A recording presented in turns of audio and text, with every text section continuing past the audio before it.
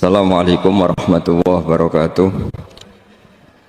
Bismillahirrahmanirrahim. Nahmaduka ya ghafuru ya syakuru. Mashalli wa sallim barik ala sayyidina maulana Muhammadin wa ala alihi wa sahbihi asma'in nama ba'du. Dunia ini enggak pernah jelas. Makanya nabi saja berdoa apa ya muqallibal qulub tsabbit qalbi ala dinik. Dat yang membolak-balikkan hati.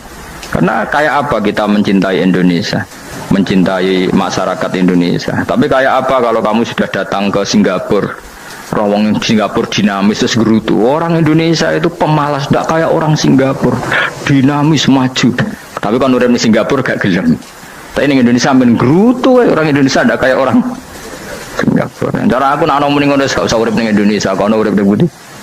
Singapura. Islam Indonesia gak mutu kayak ada di Timur Tengah, jubahan semua gini-gini. Enggak ana wong goblok ra iso ngaji jubahan ya dene ra trimo goblok jubahan. Angel ngadepi wong ku angel. Terus kon piye? Sing biasa wae koyo kula jenengan wis biasa, wae ngaji-ngaji, wae turu-turu, wae mangan-mangan wis biasa wae. Dinuna dinul aja, agama kita, agamanya orang lugu. Penting hubungannya dengan Allah spesial bahwa kita yakin hidup kita namun bergantung kepada Allah Subhanahu wa taala dan kita selalu nyifati Allah nikmal maula wa ni'man nasir. Selagi Tuhannya Allah pasti kita ditolong. Apapun kondisi Indonesia, Tuhan kita tetap Allah, tetap ditolong. Kita pernah keluar dari penjajahan Belanda, tragedi PKI, ya apa saja problem kita pernah keluar karena Allah Tuhan kita nikmal maula wa ni'man nasir. Sudah, iktimatnya sama Allah, jangan pada yang lain. Alam raya ini milik Allah dan semua di alam raya ini milik Allah. Maka dipilih tidak dipilih itu terserah yang punya apa terserah kita. Apa terserah kriteria, apa terserah definisi. Dalam konteks kita sebagai objek diambil, tentu terserah yang punya. Kemudian Allah bilang, orang-orang itu saya pilih. Nah kalau milihnya Allah berdasar kepunyaan, tentu Allah boleh dong memilih orang yang sebetulnya berstatus dolim. Ya tapi ya tetap dia dolim, tapi ya tetap dipilih. Kenapa ya? Karena Allah yang punya. Saya misalnya orang kaya, boleh nggak punya HP buruk? Boleh kan? Terserah saya. Saya orang kaya, beli HP mahal, medium dan paling buruk. Boleh enggak? Boleh, saya yang punya. Nggak boleh, Gus, orang kaya harus beli HP yang mahal. Yang bilang harus siapa? Nah kegoblokan kita ini seperti ini. Nak sung sugih HP ini kudu larang. Nak wong alim kudu bojone ayu. Sing kudu darani kudu ayu ku sapa? Nak maji jalan nang dumbu swarga lho kudu iku sing swargane mbahmu tapi kudu. Nah, kita ini sering berpikir ngatur Tuhan. Prioritas Muslim terus Islam Indonesia kudu dadi sampling Islam seluruh apa? Dunia. Ya ora usah sombong ngono ya. Kowe tapi ya betul sepuro kan. Enggak boleh doakan Nabi gitu, enggak boleh. Wa sholli ala sayyidina Muhammad wa ala alihi, enggak boleh pakai ifrit lahu. Masalahnya tahlilan apa alam dongo iku terus kamu gunakan. Misalnya terjadi percontohan Islam dunia terus Nabi kapundhut ditalkin, nak ditakoki waman rabbuka piye. Terus Nabi warai waman nabiyuka. Mesti Nabi yo pro, lah aku Nabi coba takoki. Jadi kita ini sering kumo luhur karena kita mayoritas terus jadi percontohan orang usah ngono. Paham ya napa? Ndak usah ngono, mayoritas saya tapi ora usah GR jadi apa? Percontohan internasional. Mungkin kalau masalah Islam damai ya bagus, tapi itu kan tidak hanya Indonesia. Di mana-mana yang Islam damai juga banyak dan yang tukaran juga banyak. Toh yang tukaran nggak pernah maklumatkan diri ini percontohan janda. Ya biasa saja. Saya ulang lagi ya. Maka menurut saya nggak akan benar pendapat Khawarij atau pendapat Islam yang keras bahwa orang dosa besar itu keluar dari Islam. Karena ketika Allah mengatakan kemudian aku pilihkan kitab ini tak kasihkan orang-orang yang saya pilih, itu diantara yang pertama adalah meskipun mereka sebagian tetap zalim. Artinya tetap zalim itu tidak menjadi dia keluar dari status Islam. Paham ya? Sekarang saya tanya, yang dikatakan warga Indonesia itu siapa? Ya siapapun yang bergeografis di Indonesia, lahir sebagai akte Indonesia, ya orang Indonesia. Kemudian ada yang penjahat, ada yang maling, kita penjara. Apa dia keluar dari kebangsaan Indonesia? Enggak kan? Sama ketika orang Islam menjadi zina dan fase koruptor, keluar dari Islam enggak? Enggak. Karena Allah tetap bilang famin. Apa? Famin. Jelas ya? Wes kayak ngarah Khawarij. Kenapa? Kalau Khawarij cara berpikir itu ekstrim. Setiap dosa besar itu mengeluarkan orang dari status Islam. Itu bahaya sekali. Karena nanti kalau itu iya, kita akan kehilangan banyak orang nopo Islam. Makanya Nabi nanti ngendikan, saya berharap yang nanti masuk surga dari umatku itu separuh, 2/3. Itu kata ulama-ulama. Kalau kita pakai mazhab Khawarij, orang Islam itu tidak sampai 1/3. Karena banyak yang keluar dari Islam. Duwe keris gak Islam, duwe akeh gak Islam, nglakoni jimat gak Islam, nyekel patok gak Islam, dosa gede gak Islam, korupsi gak Islam. Terlalu banyak yang kita usir dari Islam. Lalu kita ngusir atas nama apa? Coba. Kalau atas nama Tuhan kamu tidak Tuhan. Atas nama wakil Tuhan, Tuhan tidak pernah mewakilkan ke Anda. Orang-orang mandate. Yang kita tahu dari Quran ya ayat ini, tsumma awrasnal kitabal ladzina astafaina min ibadina. Kemudian kitab ini tak kasihkan orang-orang yang saya pilih, dan orang yang saya pilih itu faminhum zalimul li nafsi. Dan sebagian dari itu adalah orang zalim, dan itu jelas bagian dari itu. Artinya keluar apa masuk? Keluar apa masuk? Masuk. Meskipun ya yang zalim tetap berstatus zalim, kayak warga Indonesia, ini semua warga Indonesia. Paham ya? Yang maling ya tetap warga Indonesia, meskipun ya tetap maling. Jelas ya? Betul ya? Makanya ahli sunnah itu pendapatnya falam nukafir mu'minan bil wisri. Kita tidak akan mengkafirkan orang mukmin hanya karena melakukan dosa. Kenapa ya? Karena Allah bilang faminhum setengah sangking itu masuk bagian. Dan itu luar biasanya Allah disebut istofaina, tetap orang-orang pilihan. Maka ini penting saya utarakan supaya kita ini tidak sok-sokan ya. Terus yang zalimul li nafsi pun potensi dimaafkan sama Allah. Asal dia tobat, dan tobat itu sama Allah nggak ada batasnya. Malam yughurgir sampai apa? Nafas apa? Terakhir. Dan kadang orang itu sebetulnya nggak niat tobat, cuma ada perilaku tertentu sehingga dan Allah itu simpati. Itu juga banyak yang diterima tobatnya Allah. Makanya kata ulama-ulama itu, istighfar itu tidak syarat diampuni. Yang menjadi orang terampuni itu kehendak Allah. Istighfar itu bagian kecil dari syarat-syarat itu. Tapi bisa saja orang tanpa istighfar tapi diampuni Allah. Misalnya Allah dawuh, wa yaghfiru ma duna dzalika liman yasha. Itu bukan liman yastaghfir tapi liman yasha. Contoh masyhur kan, kamu pernah dengarkan ada orang nakal itu, memisah itu ya kira-kira lonte atau apalah. Dia datang pulang ketika melihat anjing ngeleti pasir, dia berpikir ini kehausan kayak saya. Kemudian dia turun ke sungai memberi minum anjing itu, kemudian Allah memaafkan dia karena itu. Pas itu di semua hadis riwayatnya dia tidak pernah istighfar. Telah punya perilaku yang menjadikan dia diampun. Banyak enggak seperti itu? Banyak, makanya wa yaghfiru ma duna dzalika liman yasha. Mayasa itu ya yang digedaki Allah. Bisa saja kalian ini sering istighfar tapi enggak dimaafkan Allah.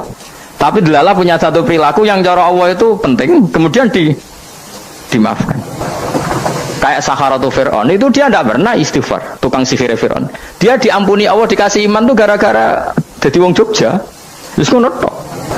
Jadi pas mau duel adu sihir.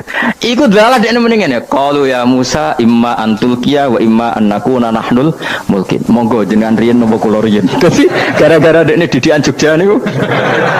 Lah wong ape duel, mestinya tarung itu semakin cepat mengambil kesempatan kan semakin menang.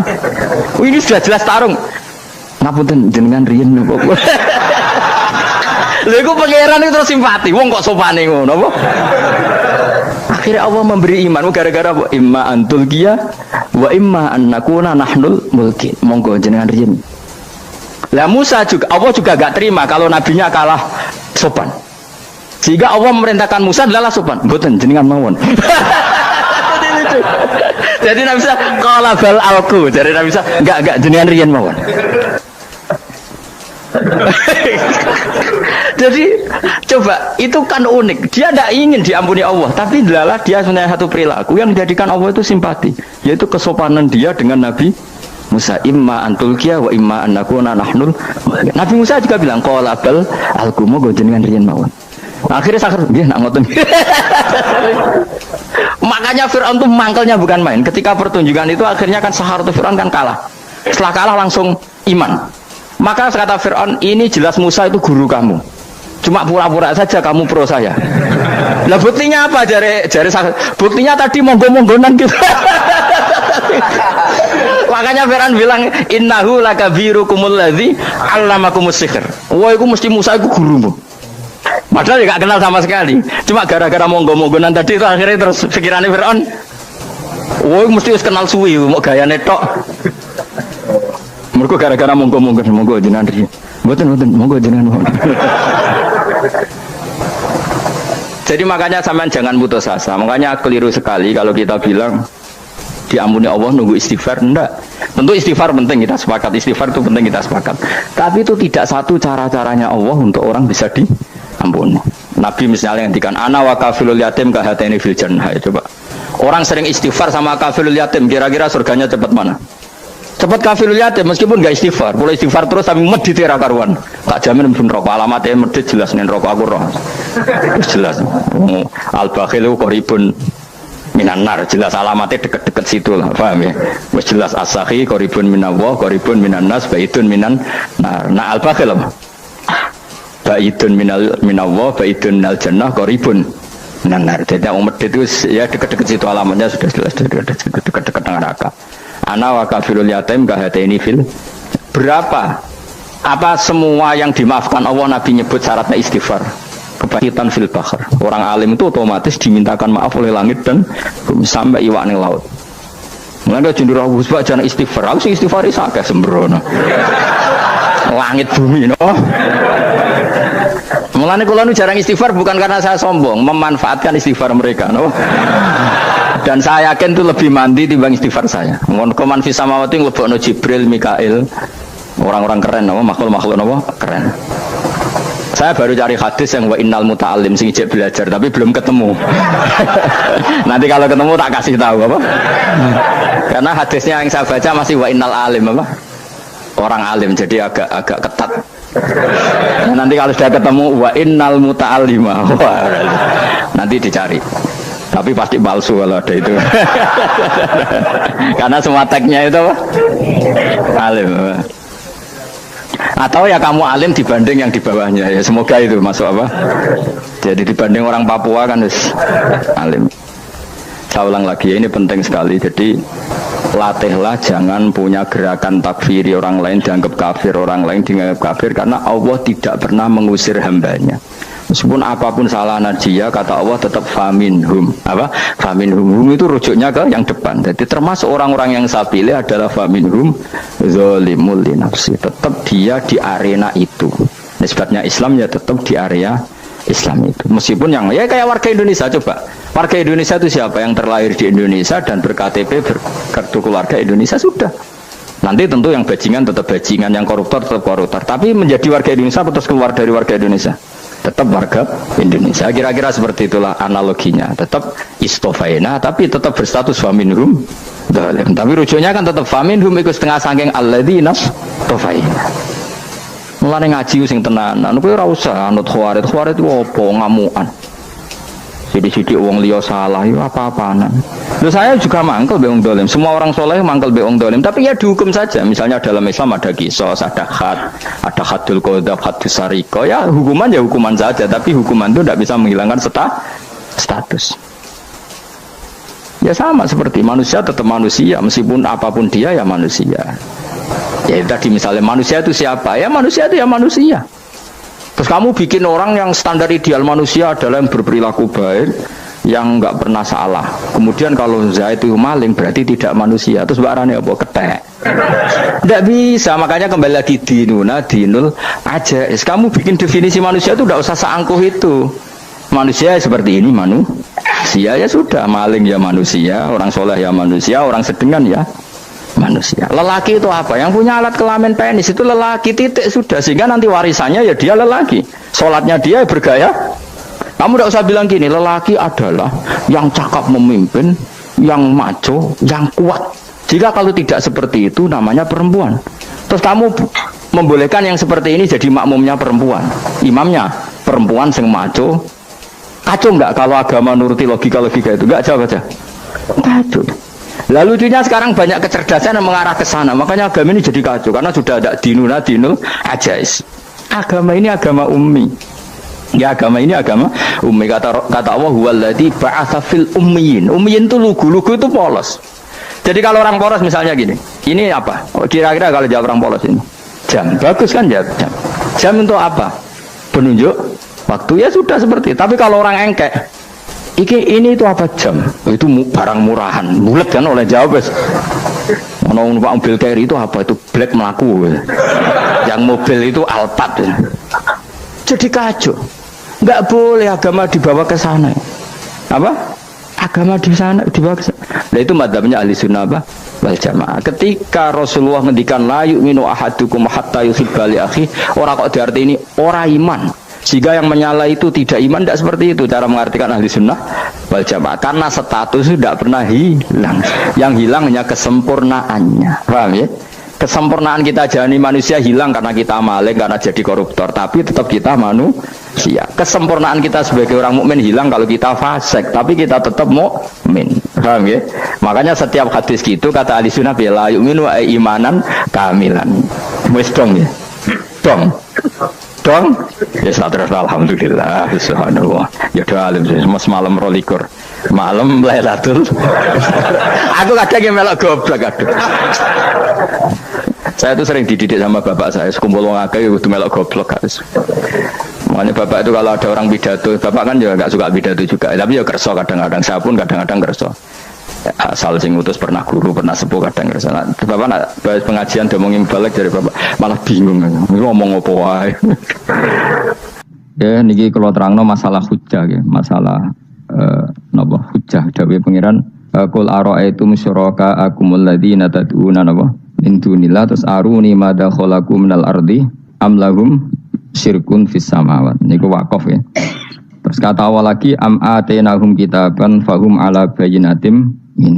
Terus dawuh pangeran Malik bal iya itu zalimuna ba'duhum ba'dun illa ghurura. Kalau terangkan ya, jadi di antara mukjizat Quran itu kamalul bayyinah. Kalau memberi penjelasan itu sempurna.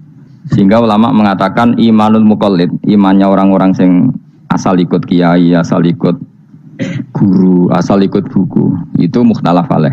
Bahkan saya sendiri cenderung mengatakan iman itu tidak diterima. Karena manusia dibekali akal, inginnya Allah itu dengan akal itu dia punya kepermanenan iman, apa? Punya kepermanenan apa? Iman, dan dengan itu dia imannya mujma' alaih, mesti diterima oleh Allah Subhanahu wa ta'ala. Karena bin nadzari shahih, dengan logika yang benar. Dan logika yang benar itu gampang sekali. Beberapa ulama tentu tahu sekali, bukan sekedar tahu sekali karena itu diajarkan Allah dan Rasul. Misalnya begini, kata Allah, saya kalau baca ayat-ayat ini itu sering nangis karena Allah yang Tuhan itu sebenarnya tidak butuh kita. Saya ulang lagi, Allah yang Tuhan itu tidak butuh kita, juga tidak butuh iman kita. Tapi Allah ingin hambanya itu berakal ya, karena agama itu liqaumi yaqilun, sehingga berpikirnya benar. Misalnya gini kata Allah, enggak apa-apa kamu menuhankan selain saya itu, enggak apa-apa kata Allah. Enggak apa-apa Yesus kamu katakan Tuhan, enggak apa-apa. Kamu katakan batu Tuhan, enggak apa-apa. Tapi tolong prosedur ya, prosedur atau persyaratan menjadi Tuhan itu kamu lengkapi, yaitu punya prestasi menciptakan langit dan bumi. Kalau tidak semua surun semen kata Allah, sementing urun gitu. Jadi sebetulnya itu kan rasional. Misalnya enggak apa-apa kamu merasa jadi presiden atau gubernur atau jadi wali atau jadi apa. Yang penting prosedurnya dipenuh. Itu kayak apa Allah baiknya pada kita. Sehingga saya berkali-kali, makanya menurut saya orang alim itu wajib memaklumatkan kalau dirinya alim, supaya jelas aturan mainnya. Yang dilarang Allah itu kan memaklumatkan alim kemudian ingin hadun nafsi, ingin salami template, dicucuk, dihormati, itu kriminal. Itu orang alim gendeng, sudah gendeng sekali. Karena khasnya orang alim itu tentu cari ridhonya Allah, bukan ridhol khalqi, bukan ridhonya apa? Makhluk. Makhluk itu la syai', ada siapa-siapa. Dan kita harus baku seperti itu. Kenapa kalau orang alim enggak memaklumatkan kealimannya itu dikatakan salah? Karena fungsi orang alim adalah membawa bayinat, membawa ayat-ayat Allah, bukan kepentingan apa? Pribadi. Makanya Rasulullah nanti duka ngendikan idza zuharatil fitanu wal bid'u falyudhiril alim ilmahu wa illa fa'alaihi la'natullah wal malaikati wan nasi ajmain. Jika zaman akhir banyak bid'ah, banyak kebodohan, maka orang alim wajib menampakkan kealimannya. Jika tidak, maka dia mal'un, dilaknati langit dan bumi. Karena sebetulnya logika tentang Tuhan itu gampang sekali. Saya ulang lagi ya. Saya punya sekian contoh betapa tauhid itu mudah. Jadi kalau ada orang bilang ikhlas itu angel, Gus, ya dia sendiri goblok karena nggak tahu logika apa. Ikhlas itu justru gampang. Misalnya kamu ngamal demi manusia, manusia itu umurnya hanya berapa coba? Kan pasti mati. Lalu kalau dia mati tidak berkutik, bagaimana Anda bersandar sama seseorang yang mati dan tidak berkutik? Sama-sama bersandar sama zat sing al-hayyul qayyum, sama zat yang abadi. Kamu latih terus akal kamu. Misalnya saya punya jamaah banyak, mereka itu kan nggak jelas surganya. Kok harap-harap syafaate piye? Soalnya jamaahku mlebu neraka kabeh. Kan nggak mungkin nyafaati saya. Atau mereka mlebu swarga kabeh wis do sibuk kelon mbek widadari. Mungkin ya ndak ngurusi saya. Jadi dua kemungkinan itu sama-sama ndak ngurusi saya. Mlebu neraka ya ora iso nyafaati, nek mlebu swarga do sibuk napa? Ngeloni widadari karena trauma di bocah elek melarat macam-macam. Sehingga kiainya saja wis ora takok Gus Pak nang ndi wis ora takok. Wis ribet dhewe no. Nah, tentu saya juga sibuk sowan pangeran sudah itu makom saya sudah sibuk sowan pangeran. Kowe pesta seks sing kula sowan pangeran. Wa swargame ayate pokoke inna ansa'na gunna napa? Insa'a faja'alna gunna. Apa karo bar kelon dadi prawan neh berarti keloni serempet. Kula insyaallah melok daftar sing fa'ama in kana minal muqarrabin farauhu warayhan. Jadi surganya muqarrabin itu enggak ada sifatnya. Di situ enggak dibakas bidadari makan-makan enggak, tapi farauhu warayhan. Satu surga yang sifatnya rohani karena enggak bisa disifati. Tapi saya daftar di situ ya hanya beberapa jam. Baru itu gabung kon. Sawangane kok karo rasane wong ayu juga keberatan. Ya tapi saya tentu punya dua kelas, saya punya kartu premium dan ekonomi. Saya enggak tertarik lah daftar yang premium dok nanti repot apa. Saya itu sering nangis kalau baca ayat seperti ini. Bagaimana Allah yang Tuhan kemudian enggak butuh apa-apa, tapi Allah saking baiknya itu membuat tatanan logika kita. Saya enggak akan bosan-bosan sampai sowan Allah. Bahkan andaikan saya masuk surga dengan faham ini, saya milih faham ini karena faham ini itu menguntungkan agama li'ilai kalimatillah. Sementara masuk surga itu hadun nafsi. Banyak ulama mengatakan, kenapa Anda tidak ingin mati padahal Anda mati masuk surga? Katanya saya takut kehilangan momen sujud karena sujud adalah hak Allah, sementara surga itu hakun nafsi, keinginan saya. Tentu saya mendahulukan hak Allah ala hakin nafsi. Itu makam-makam yang, dan itu nggak bisa kamu copy paste. Orang yang pada kelasnya akan merasakan seperti itu. Dan kamu tidak perlu minat, malah paham. Jadi sudah dengar saja, apa? Dengar saja. Begini misalnya, saya berkali-kali bilang, kenapa ulama dulu, saya ini kan di Sarang juga ngajar tauhid. Dulu saya ngajar kubrul yakiniyat di beberapa madrasah, termasuk di Sidogiri saya juga ngajar tauhid. Di sini saya ngajar tafsir, tapi yang saya titikkan juga tauhid. Begini, saya hidup di dunia ini terutama saya memang ingin menerangkan tauhid sebagaimana Allah menerangkan. Begini ya, Jubair bin Mut'im, saya tidak bosan-bosan cerita ini. Jubair bin Mut'im itu termasuk dahiyatul Arab, cerdas-cerdasnya orang Arab. Dia ditunjuk sebagai negosiator untuk membebaskan Asra Badrin, tawanan perang Badar yang kalah dan ditawan Rasulullah dan para sahabat. Kemudian harus ditebus dengan uang. Oke, disepakati. Terus singkat cerita Jubair bin Mut'im itu datang ke Madinah. Dulu karena tidak ada hotel, tidak ada penginapan, ya memang nginapnya orang musyrik itu di masjid. Ya sehingga itu lazim saja. Kamu tidak usah jadi liberal kemudian bilang musyrik boleh di masjid, ya tidak perlu seperti itu. Kamu juga tidak perlu goblok mengatakan nggak ada ceritanya orang musyrik ngidam di masjid karena ya ada tarikhnya seperti itu. Jadi tidak perlu goblok, ya tidak perlu liberal. Paham ya? Kalau kamu bilang wah, nangono wong musyrik oleh nginep di masjid, kamu liberal. Padahal konteksnya dulu memang nggak ada hotel. Tapi kalau bilang nggak sama sekali juga goblok karena sejarahnya pernah ada. Milih nanti goblok apa liberal? Apa milih jelas? Nggak milih aja, ngaco aja. 01 apa 02 apa 00? Milih mana? Goblok, liberal, nggak milih. Nah, ketika Jubair bin Mut'im itu datang, delalah Nabi itu sholat maghrib ngimami. Nabi baca surat Wattur wa kitabim mastur fi rabbim mansur wal baitil ma'mur. Kemudian di pertengahan surat At-Tur itu kan ada ayat yang menurut saya itu sangat bagus. Sehingga di kamar saya, di rumah saya itu tak figur ayat itu. Bahwa kita harus dilatih berpikir. Kata Allah memulai argumentasinya, am khuliqu min ghairi syai'in. Apakah kejadian alam raya ini seisinya tentu diciptakan tanpa sebab. Misalnya begini, alam raya ini kata orang nihilisme atau komunis atau orang-orang paham nihilisme, itu kan dimulai dari ketiadaan. Ini kan goblok sekali, berarti kalau alam ini kadung wujud, kamu kan tahu kan langit bumi sekarang kan wujud. Ya, langit bumi sekarang kan jelas wujud. Berarti logikanya adalah al-adamu yakhluqu makhlukon, sesuatu yang enggak ada menciptakan sesuatu yang itu kan aneh. Di mana-mana al-adam ketiadaan itu tidak mungkin yakhluqu syai'an atau yu'athiru syai'an. Ketiadaan itu tidak mungkin mengefekti sesuatu yang ada. Wong kamu sebut tidak ada itu berarti tidak mungkin bisa berbuat apa-apa karena namanya tidak ada.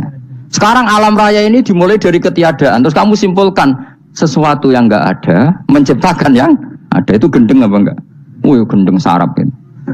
Ora usah dipateni wong gendeng wis barno kok mati dhewe. Jadi makanya Quran menanyakan mereka, am khuliqu min ghairi syai'in. Apa alam yang kadung wujud ini kemudian disebabkan oleh sesuatu yang tidak ada? Lalu kalau sesuatu yang ada pasti diwujudkan oleh yang ada. Nah, karena yang ada ini pencipta harus berstatus super. Nah, super ini oleh ulama disebut wajibil wujud. Maka Allah bersifat super, wujud yang paling prima, yang kausa prima. Karena pencipta tentu kelasnya harus di atas yang diciptakan. Makanya disebut ulama dulu menyebut Allah itu apa? Wajibil wujud. Karena pencipta tentu lebih dahulu, maka harus disifati awal atau qadim, apa? Awal atau qadim.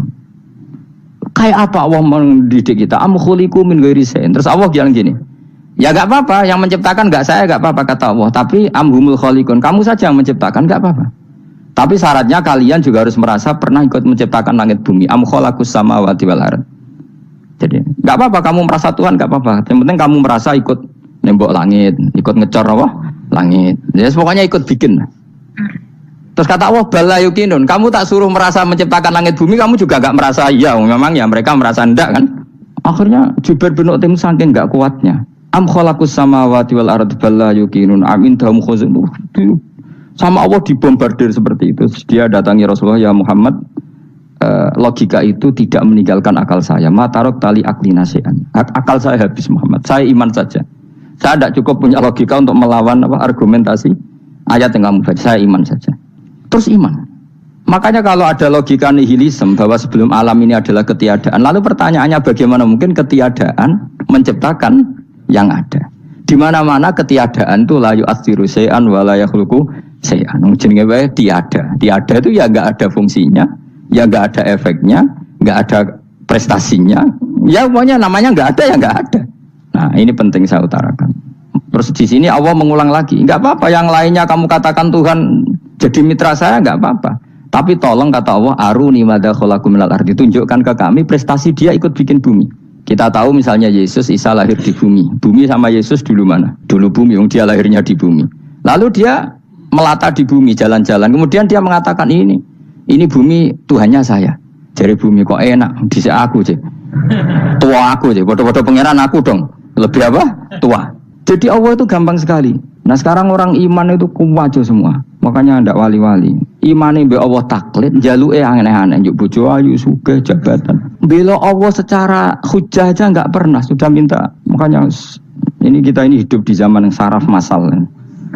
Lho kula nu njaluk pengiran akeh-akeh kuwi, coba kamu bela Tuhan tuh pernah bela apa? Bela Tuhan tuh gampang dengan argumentasi al-hujjah yang supaya agama ini tamkin fil ard, benar-benar mapan dalam logika. Yaitu tadi di mana-mana yang namanya sebab itu amrun wujudiyun, di mana-mana sebab itu sesuatunya harus wujud. Paling tidak kita sudah menolak nihilisme. Apa? Nah, nihilisme. Lah wujud karena wujud awal harus berstatus prima. Lah prima itu dalam bahasa ulama disebut wajibil wujud. Makanya ulama dulu ngelatih kita itu pertama Allah itu siapa? Zat sing wajibil wujud. Itu satu filosofi yang luar biasa. Nah, kemudian setelah itu ada setan-setan kecil yang nganggur, yang iseng. Nah itu nggak usah kamu perhatikan. Tinggal delok TV, ngopi, terus tinggal nyate kelata. Engko setan pingsan dhewe. Syukur-syukur stres dhewe. Dugaan saya setan saya wis pingsan, kurang gizi. Karena memang setelah itu setan goda gini. Lalu sebelum Allah jangan-jangan ada wujud yang lain. Lalu Allah sendiri awal mulanya gimana? Kata Nabi, jika ada pertanyaan seperti itu kamu harus berhenti. Tinggal delok TV atau tinggal delok dangdutan. Ya kalau kepeksa ora apa-apa, kelasem ae. Saya ada menghalalkan tapi kan sudah kamu lakukan. Karena itu lebih baik ketimbang pertanyaan filsafat. Banyak orang yang dulu sholat ketika sekolah filsafat tidak sholat. Alasannya sampai menemukan jati diri itu Tuhan. Dan itu bahaya sekali karena Nabi berkali-kali bilang kamu jangan mikir tentang Allah pasti rusak. Orang kok mungkin rusak dari Nabi pasti rusak. Nah cara menghentikan gimana? Karena setan ini makhluk, akal-akalannya gampang. Tadi tak warai. Saya sebagai ulama atau sebagai manusia atau sebagai orang awam atau sebagai siapa saja. Kadang ada pertanyaan seperti itu. Tak tinggal anggeling dharma, kan pusing setan. Ini kan ngenteni. Weh, ngenteni bar lo anggeling dharma. Bariku aku lesu mangan mie, bar mangan mie waret turu. Kan dia ngenteni terus mau bikin was-was lagi. Ternyata saya sibuk kan enggak bisa masuk deh. Bangun tidur aku selali pertanyaan tadi. Dinteni. Nah, dia masuk lagi aku sibuk ngajak anak jalan-jalan. Jadi saya kalau jalan-jalan di pasar itu wis enteni tan santai wae. Itu memang resep dari Rasulullah. Jangan sampai orang terjebak filsafat yang sampai menanyakan eksistensi Tuhan. Dan dia tidak mau iman, tidak mau sholat, tidak mau puasa sampai menemukan Tuhan itu siapa. Itu jelas minas syaitonir rajim, itu perilaku setan.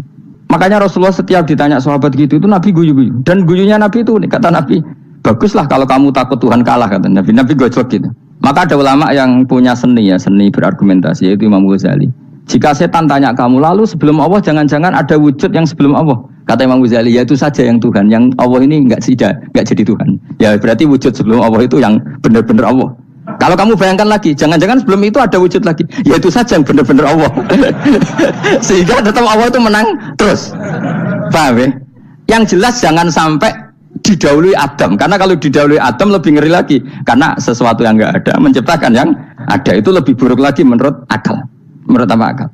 Nah daripada kamu enggak salim Imam Ghazali, tinggal saja ndelok. Tadi ndelok sinetron. Itu yang lucu aja. Tidak sing lucu-lucu. Ndelok apa mencari Tuhan. Pokoknya sing aneh-aneh, sing goblok-goblok, sing lucu-lucu, sing perane wong apa? Saya sering diprotesi saya. Gus Salim jenengan kok sering delok sinetron sing ana dialog wong goblok-goblok. Wong goblok ku menarik cara kula. Apa ya? Cara pandang itu di luar dugaan saya karena lalu berkali-kali loh kalah wong goblok. Jadi makanya. Ini tak cerita nih beberapa kali jari Gus Wak cerdas berkali-kali kalah wong goblok. Ada seorang santri itu ingin dibelikan bapaknya itu sepeda motor. Bapaknya wong desa, senengane ngrumat sapi wedhus. Nah, menurut saya ya orang tuanya itu mampu lah, sangat mampu untuk beli itu. Pak mbok ditukokno mawon wong sepeda motor. Kata bapaknya, "Anakku nu jog mondok tak goblok, Gus. Wong njaluk kok sepeda motor, njaluk mobil ora ya goblok. Lah kok goblok, Pak? Jenenge donya iku Gus, sing lahirno donya kok sapi iku ndek anak, wedhus ndek anak jenenge donya. Di mana-mana jenenge donya sing lahirno donya. Iki donya kok mangan donya. Mergo motor iku kan tuku bensin, mobil. Iku cara dekne iku goblok Gus. Wah. Batin berarti kabeh kiai goblok perkarane tuku donya sing ngentekno donya. Cara dekne donya iku sing lahirno donya. Batin kok pinter iki batin. Untungnya saya ini ulama ya, ahli tafsir ya malu. Sebenarnya kalah itu ya malu. Tapi saya sebagai orang objektif fair, itu teori benar apa? Jadi dunia aku ya sing lahirno dunia kok mangan dunia aku goblok. Untungnya dia dengan saya itu jaraknya 5 kilo 7 kilo karena 7 kilo. Lala dia diterkon sepeda motor, aku tetap mau kalah. Pak nanti jalan kaki saja, karena kalau pakai motor ini kegoblokan kata saya. Terus mendingan nih, loh Gus mau kalah tadi.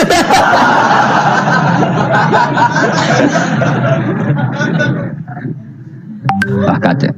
Singkat cerita dia bersikeras, nggak mau beliin sepeda motor anaknya karena di mana-mana dunia gue sing lahir no dunia, nggak boleh dunia kok mangan. Ini satu kegoblokan yang agak ilmiah tadi. Nah Imam Asy'ari juga ngalami hal yang sama. Imam Asy'ari itu punya, kita kalau ahli sunnah kan 2 partai ya.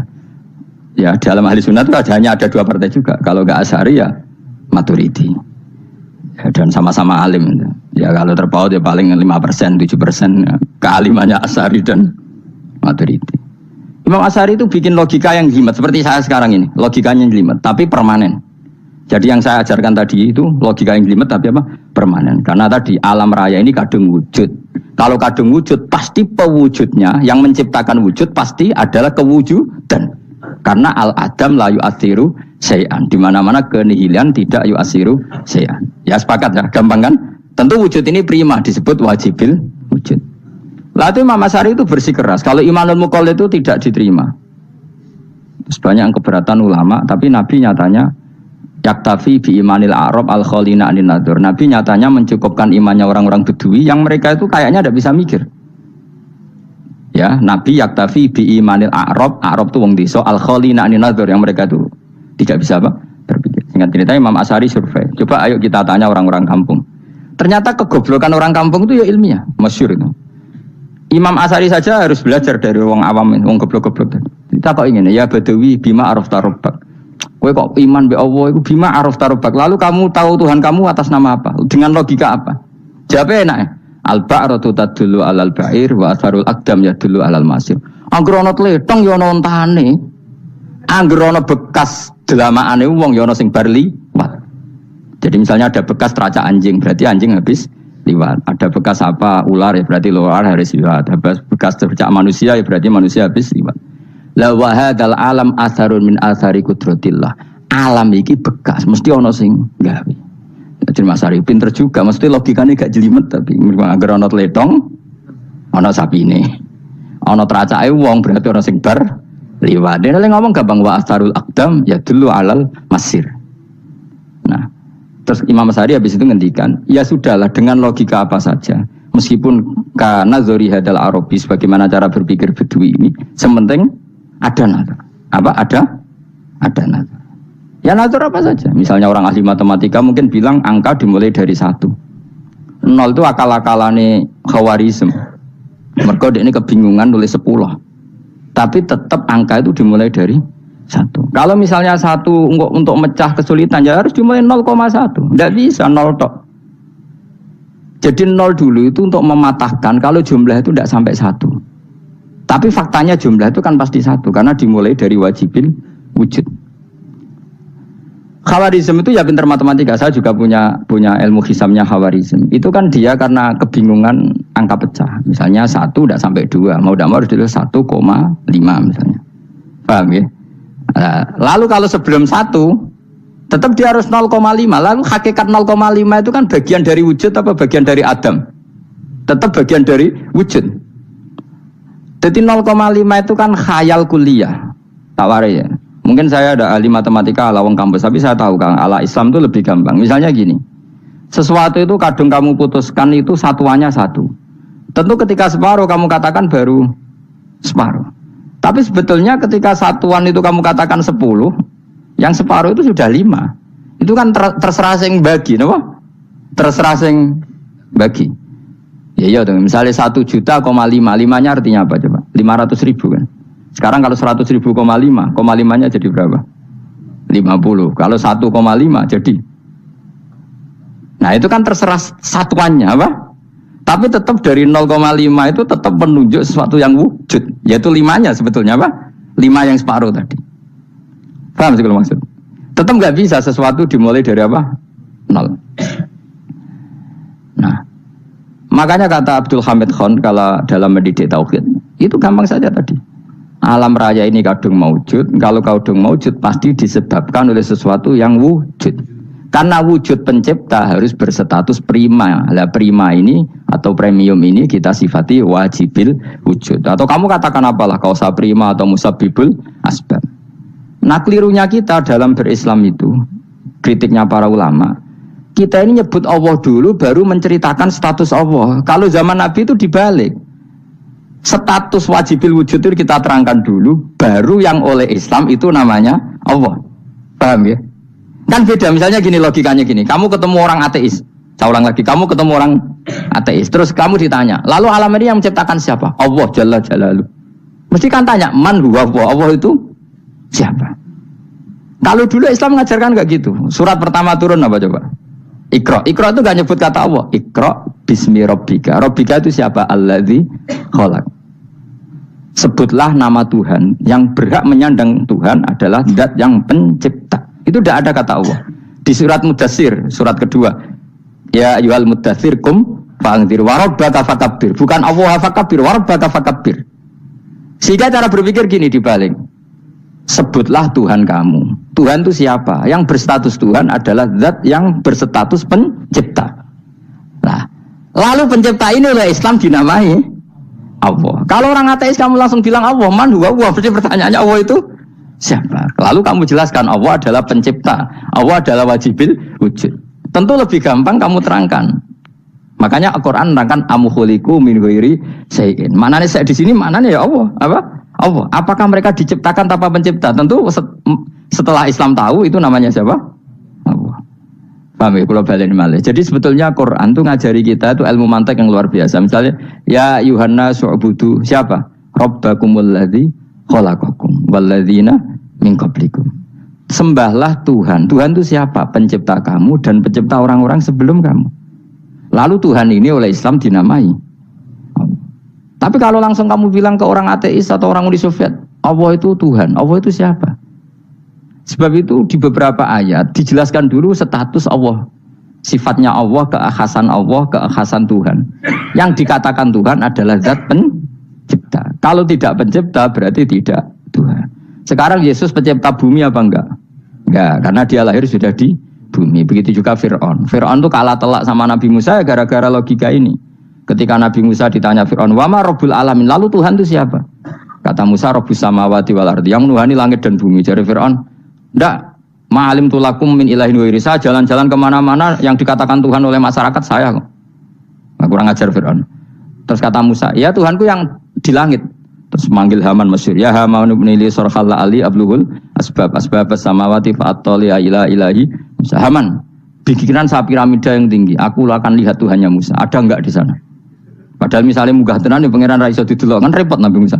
Wah parah ya, nggak piramida nginceng pangeran teprak ketok kan. Akhirnya Musa pakai logika. Ya sudah gini saja, Rabbukum wa Rabbu abaikumul awwalin, yang menuhani nenek moyang kamu yang dulu-dulu. Oh itu langsung fabuhita Fir'aun. Fir'aun tuh kaget sekaget-kagetnya. Dan para penggawa Fir'aun sadar. Wah kalau Fir'aun yang Tuhan, babanya tanpa Tuhan. Kan Tuhannya balita kan gitu kira-kira. Tuhannya balita. Tuhannya barulah. Ya. Itu kan jadi logika yang mematikan. Kalau Fir'aun Tuhan berarti babanya dulu yang wujud itu tanpa Tuhan. Karena Tuhannya barulah. Ini ada Tuhan kok datang terlambat ini kan. Akhirnya para punggawanya Fir'aun iman, macam gendeng ya Fir'aun itu gendeng. Itu pentingnya logika Rabbukum wa Rabbu abaikumul awwalin. Nah sekarang orang itu nggak belajar logika. Iman bi Allah orang mantep ning ati, cek iso digoncang setan, jalukane wis aneh-aneh. Jaluk swarga, jaluk gak mutu cara. Gak mutu. Makanya banyak wali kalau ditanya, kamu masuk surga sama sholat milih mana? Milih sholat. Kenapa milih sholat? Di surga itu demi khadun nafsi saya, poya saya. Tapi kalau saya sholat itu untuk hakku. Saya sebagai hamba, identitas kesejatian saya adalah menghamba. Soal nanti Allah bikin bonus surga silahkan. Maka sebenarnya masuk surga itu ada urutannya. Sebagai orang alim saya urutannya adalah berkampanye sesering-seringnya, membuat logika supaya orang mudah ke Allah dan Rasul. Makanya di Quran tuh gak ada orang disuruh masuk surga dulu itu ya Tuhan nafsul mutmainnah irji'i ila rabbiki. Kamu kembali ke Tuhan kamu dulu. Bahwa kamu makhluk yang butuh Tuhan.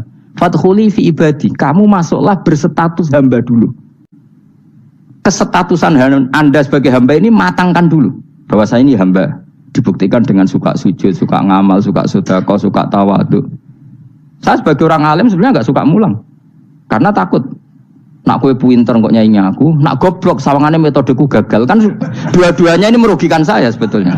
Saya ulang lagi ya, nak pinter kayak nyanyi aku, kan ya mungkin juga senajan rodok mukal mungkin, sanggup aja rodok mungkin. Pemenang nak sing ndik kan yo, biasanya hasut tuh ndik. Mau itu sebenarnya rugi semua, tapi Allah yang memerintahkan hak wong alim kudu mulang. Perhitungan itu tak buang semua. Sing ape nyanyi nggih monggo, sing tetap goblok nggih. Monggo, sebagai Allah ngutus mulang ya napa? Mulang. Meskipun tadi potensinya itu dua-duanya buruk, sing alimnya ini.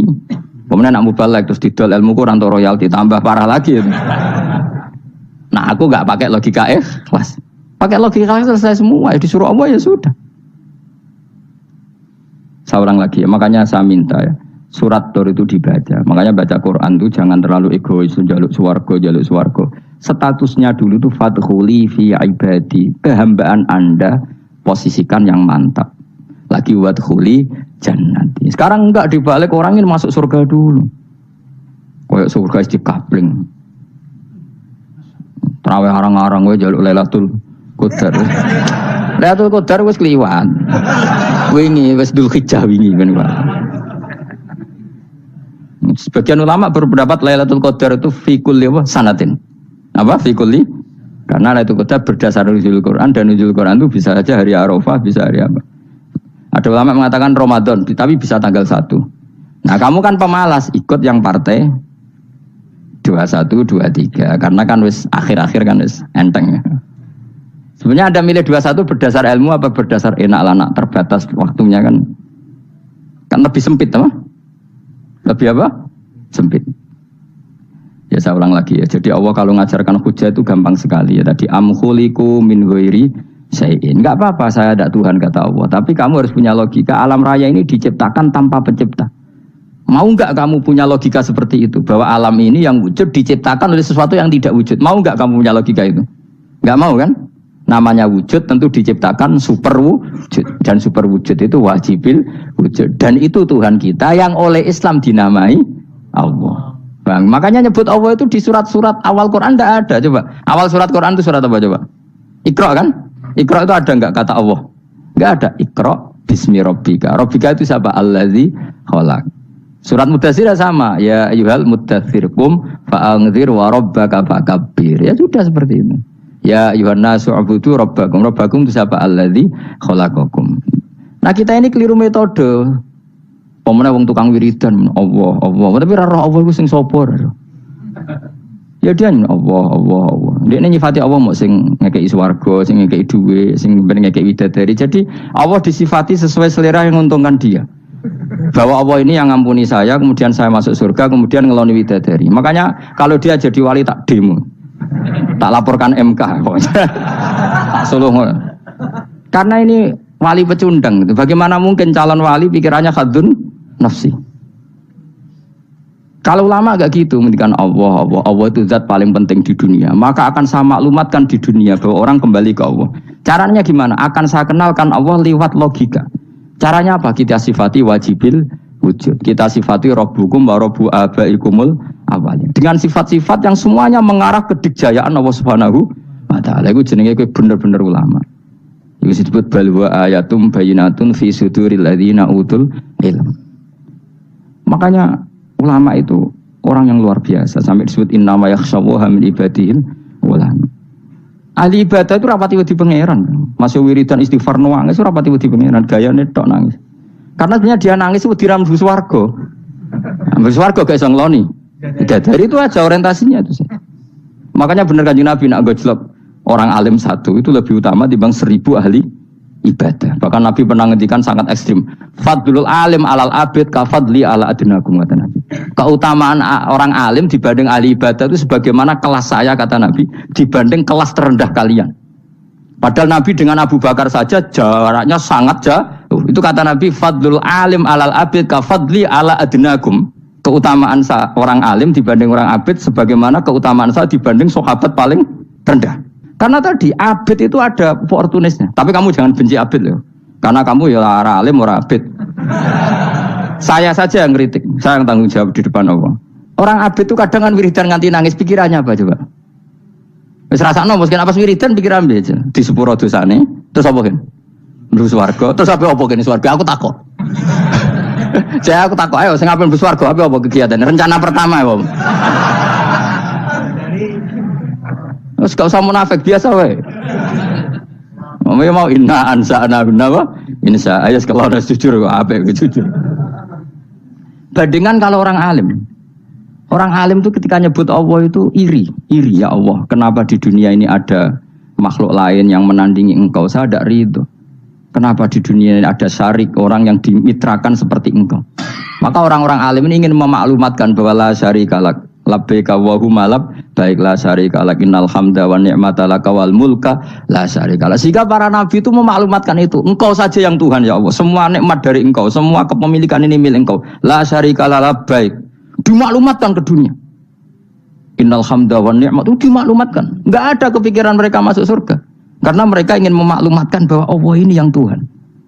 Sama tak ceritani Nabi Ibrahim jadi Khalilur Rahman, rumang samu kagan wiridan kaya kowe ndak. Wiridannya Nabi Ibrahim sama sampean mungkin banyak sampean. Karena sampean banyak kepentingan tadi. Wali-wali dulu kalau wiridan itu ndak sebanyak sampean ndak, tak jamin ndak. Pemene maca lelo ping 10.000 ndak biasa wiridannya. Tapi khosyahnya sama Allah luar biasa. Pertama Nabi Ibrahim diangkat jadi khullah. Khullah itu ya Khalilur Rahman itu. Itu dia wiridannya gini. Ya Allah, innahu la yahzununi alla ara ahadan fil ghairi ya'buduka ghairi alla ara ahadan fil ardi ya'buduka ghairi. Sama saya hafal tadi. Memang saya hafalkan. Ya Allah, saya ini susah sekali. Kenapa zat sepenting engkau kemudian yang menyembah engkau hanya saya? Ini tidak fair. Makhluk yang enggak penting saja punya umat. Makhluk-makhluk yang enggak penting aja jadi pusat perhatian. Misalnya artis atau presiden atau gubernur atau tokoh top Semuanya jadi presiden, padahal semuanya itu makhluk yang nggak sepenting engkau. Ini zat yang sepenting engkau, kemudian yang tahu kalau engkau penting hanya saya, ini tidak fair. Nangis dan nangis. Ini tidak fair. Innahu la yahzununi alla ara ahadan fil ardi ya'budu ka ghairi. Saya ini susah Gusti, susah sesusahnya. Zat sepenting engkau, kemudian yang tahu kalau engkau penting itu hanya saya. Wah, ini tidak fair. Ya, coba kalau orang mencintai sesuatu kan gitu. Misalnya kita bojo ayu, kemudian wong liya kabeh darane elek, mangkel ora? Mangkel enggak? Kamu beli Alphard. Kamu kira itu mobil mewah. Kemudian orang nyejajarkan podo mek keri, mangkel enggak? Semua kenikmatan tuh kita nikmat karena itu diakui, ya enggak? Wes gunane apa kaya di Alphard gawa ning Gunung Kidul. Terus wong darani ngono iku podo mek keri ya mek kijangke mangkel ora kira-kira. Enggak penting mewahnya, ini tetap butuhnya pengakuan. Coba misalnya kamu jadi presiden, hidup di dunia orang sufi. Sing darane wong penting wong soleh ahli sujud ora kakuati ki. Keteko di Barno. Karena itu hormati situ hanya orang apa soleh. Kakuati gak? Mau kakuati kan? Atau kowe dadi artis top teko ning daerah Gunung Kidul mung desa-desa terus diundang lek.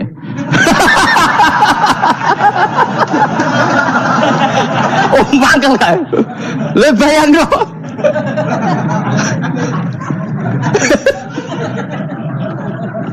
Oh, kamu menteri top, menteri BUMN, barang dolan itu sudah diundang le. Matus walang le ngono. Oh semua kan. Karena orang keren itu butuh pengakuan apa?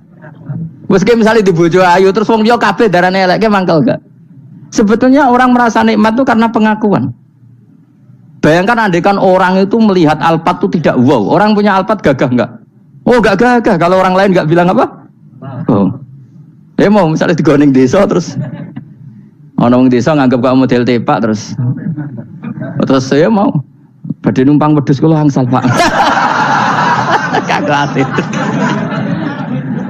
Habis kan. Makanya branded itu harus dimaklumatkan. Nah, itu bayangkan Nabi Ibrahim. Zaman itu ada Raja Namrud yang dipuja-puja, ada orang kaya dipuja-puja. Kemudian engkau yang Tuhan, pemilik langit bumi, enggak ada yang muja-muja engkau. Ini enggak fair ya Allah. Nangis. Orang kok kowe eling pangeran sak jam swarga Gusti. Dasar gak bakat wali. Terus saya itu pernah kangen Nabi Ibrahim itu sampai nangis dan itu saya tidak berdoa. Semua yang terkait Nabi Ibrahim itu saya baca. Mulai surat Quran, tafsir tentang Ibrahim. Dan sampai saya di Kudiro di Tadirawa pernah ziarah ke makamnya Nabi Ibrahim. Itu saya hampir nggak pernah doa. Saya isek. Ya karena tadi. Ketika Nabi Ibrahim nangis-nangis gitu, ya Allah ini tidak fair. Engkau zat terpenting di alam raya ini. Kemudian nggak ada yang menuhankan engkau. Nggak ada yang perhatian sama ini tidak fair. Susah sekali. Karena yang tahu engkau Tuhan itu saya tok. Masyhur itu sama Allah. Karena Ibrahim nangis-nangis itu terus sama Allah diterbangkan ke langit. Disebut wakadzalika nuri Ibrahim malakutas sama. Di langit ada jutaan malaikat sujud, jutaan malaikat ruku, jutaan malaikat baca tasbih. Nabi Ibrahim oke Gusti kalau gini ya benar, ini baru benar kata. Makanya terus Allah dengan keangkuhannya, karena Allah punya sifat angkuh dan itu sah walahul kibriya. Kan sifat angkuh baik untuk Allah tapi tidak baik untuk makhluknya, dan Allah dengan sifatnya walahul kibriya. Kata Allah, kalau nasihati para nabinya, kamu tidak usah susah. Jika di bumi jarang orang nyembah saya. Innalladzina 'inda rabbika yusabbihuna lahu bil-laili wan nahar wa hum la yasamun. Kamu tenang saja. Orang yang di sana di langit-langit itu maksudnya para malaikat itu bertasbih siang dan malam. Wa hum la yasamun, dan mereka tidak berhenti-henti, tidak bosan-bosannya bertasbih. Jadi nabi itu baru terhibur kalau yang diidolakan itu keren. Itu nabi, itu wali. Itu wali kutub, itu wali. Kamu enggak nyebut Allah itu. Sebenarnya kamu kan enggak ingin kan bangun malam ingat Allah. Berhubung utamu akeh. Terus Allah mbok libatno, mbok nyaur kan sebenarnya itu. Kamu ingin jadi bupati. Sebenarnya kamu enggak kangen Allah. Kamu ingin jadi bupati. Terus Allah mbok jak koalisi kan gitu. Terus malam-malam Allah, ya Allah ini hambamu ya Allah minta ini. Sebenarnya kamu kangen Allah apa kangen keinginan kamu? Terlalu menyindir banyak orang ya. Maksudnya ini cerita saja. Ya sudah, ini kayaknya kok banyak yang tersindir. Tapi ini kan ngaji. Yang ngaji itu harus naik kelas. Ya sudah, tidak usah diteruskin kok banyak yang tersinggung. Ya sudah, tidak usah diterusin. Walau akhidu mau mengalap sapa Allah anasa yang manusa bima lan perkara kasabukang nglakoni sapa anas. minal ma'asi sing pira-pira maksiat mata roka mongko ora ninggal sapa wa ta'ala dzuriya ing atase dhuwure artayil ardi min dabatin saking kewan apa wae nasama tegese kewan tadubu kang melata punasama alih ing atase arat. Kalau saja Allah ingin merusak manusia karena dosa-dosanya pasti tidak disisakan beberapa sesuatu yang jadi kebutuhan manusia termasuk dabam, misalnya nggak ada hewan, nggak ada tanaman, nggak ada apa saja di bumi karena Allah ingin mengadab manusia. Tapi nyatanya di balik mereka maksiat tetap fasilitas kepentingan manusia ada karena sifat ghafurnya Allah, sifat rahmannya Allah. Walakin yuakhiru tetapi ini ngakhirna sapa wa hum wong akeh ila ajalin temeka maring batas musamman kang wis ditentono. Yaumil kiamat tegese dina kiamat. Fa idza jaa mongko nalikane teka apa ajaluhum ajale wong akeh fa inna wa mongko satuna wa ta'ala iku kana ana sapa wa bi ibadihi kan kaulan wa basiran dat sing mirsani. Fa yujazi mongko males sapa wa ing wong akeh ala amali ing atase ngamale wong akeh. Carane ngemales Allah tentu profesional atau prosedural fi isabatil mukminin kelawan ganjar wong mukmin wa iqabil kafirin lan nyiksa wong kafir. Bismillahirrahmanirrahim suratu Yasin makkiyah tunte surat Yasin makkiyah. Au illa qaulahu maksudnya makkiyah bangsa periode zaman Rasulullah tesih teng Mekah. Au illa qaulahu kecuali dawuh Allah taala wa idza qila lahum anfiqu al ayat niku. Au madaniyatun utawa sebagian ulama darani surat Yasin bangsa napa? Madaniyah isnatan iku loro wa samanun lan 80 apane ayatan-ayat. Jadi surat Yasin kabeh berjumlah berapa? 82 ayat. Bismillahirrahmanirrahim Yasin. Ya semua ulama makna Yasin itu makna nama lain dari Rasulullah Muhammad sallallahu alaihi wasallam. Meskipun secara ikhtiyat, secara hati-hati mufassir biasanya bilang Allahu a'lamu bi muradihi bi. Allahu a'lamu dat sing pirsa bi muradihi kan kersane Allah bi iklan Yasin. Tapi kita tahu secara ahwalul ulama, ya saya ulang lagi, kita tahu secara tradisinya ulama tetap mengatakan Yasin maknanya ya Muhammad. Buktinya terusannya apa? Innaka laminal mursalin. Innaka ke siapa coba? Ke Nabi kan, Nabi Muhammad. Berarti Yasin wahai Muhammad kamu adalah mursalin. Apalagi ada istimal yang sudah konsensus seluruh dunia. Misalnya sholatullah, salamullah ala toha rasulillah, sholatullah, salamullah ala Yasin habibillah. Jadi makanya saya berkali-kali bilang, saya pernah ngisi pengajaran tafsir di Madura juga bilang gitu. Ada disiplin ilmu tafsir dan itu kadang ketatnya ikhtiyat. Ikhtiyat itu hati-hati sehingga tetap bilang Allah alamu bimuradihi bidzalik. Tapi meskipun demikian, ada konsensus masif dari para ulama yang menggunakan Yasin Toha itu untuk Rasulullah Shallallahu Alaihi Wasallam. Karena secara siakul kalam pasti demikian. Misalnya di juz 16 ya, surat Toha itu ya 16 ya. Toha ya Muhammad ma anzalna alaikal qur'ana litasqa. Coba kalau Toha ada artinya Muhammad lalu siapa? Ada kata ma anzalna alaika apa? Coba sekarang Toha ganti ya Muhammad kan pas ya Muhammadu ma anzalna alaika al-qur'ana litasqa. Jelas ya? Secara siakul kalam Toha menunjuk siapa? Muhammad karena tulisannya coba ya. Toha diganti kata Muhammad. Ya tentu diganti secara makna. Ya Muhammadu ma anzalna alaikal qur'ana litasqa. Yasin juga ganti aja. Ya Muhammad demi Quran yang hakim innaka ya Muhammad laminal mursalin. Sehingga meskipun mufassir secara disiplin ikhtiyatnya kehati-hatiannya bilang innaka laminal apa? Awa a'lamu bimuradihi bidzalik, tapi secara ahwalul ulama tetap Toha dan Yasin adalah ismun min asma'i Rasulillah sallallahu alaihi wasallam. Kayak tadi apa? Salatullah salamullah ala Toha Rasulillah, salatullah salamullah ala Yasin habibillah. Jelas ya, jadi antara istimalnya ulama itu beda dengan keikhtiyatan mufassir. Dan tentu kita milih yang istimalnya ulama karena itu lebih gampang supaya kata alaika khitab itu kena apa? Kena mukhatabnya siapa? Terus ketiga kata Ibnu Jarir At-Tabari, enggak mungkin Allah mengkhitabkan sesuatu dengan sesuatu yang enggak bisa difahami. Karena orang Arab dan zaman itu paham Yasin adalah Rasulullah, Toha adalah Rasulullah, sehingga ada khitab itu. Buktinya orang kafir zaman itu enggak pernah menyoal gini. Muhammad katanya Quran itu indah, mudah difahami. Ternyata ini adalah lafaz-lafaz yang kita tidak paham.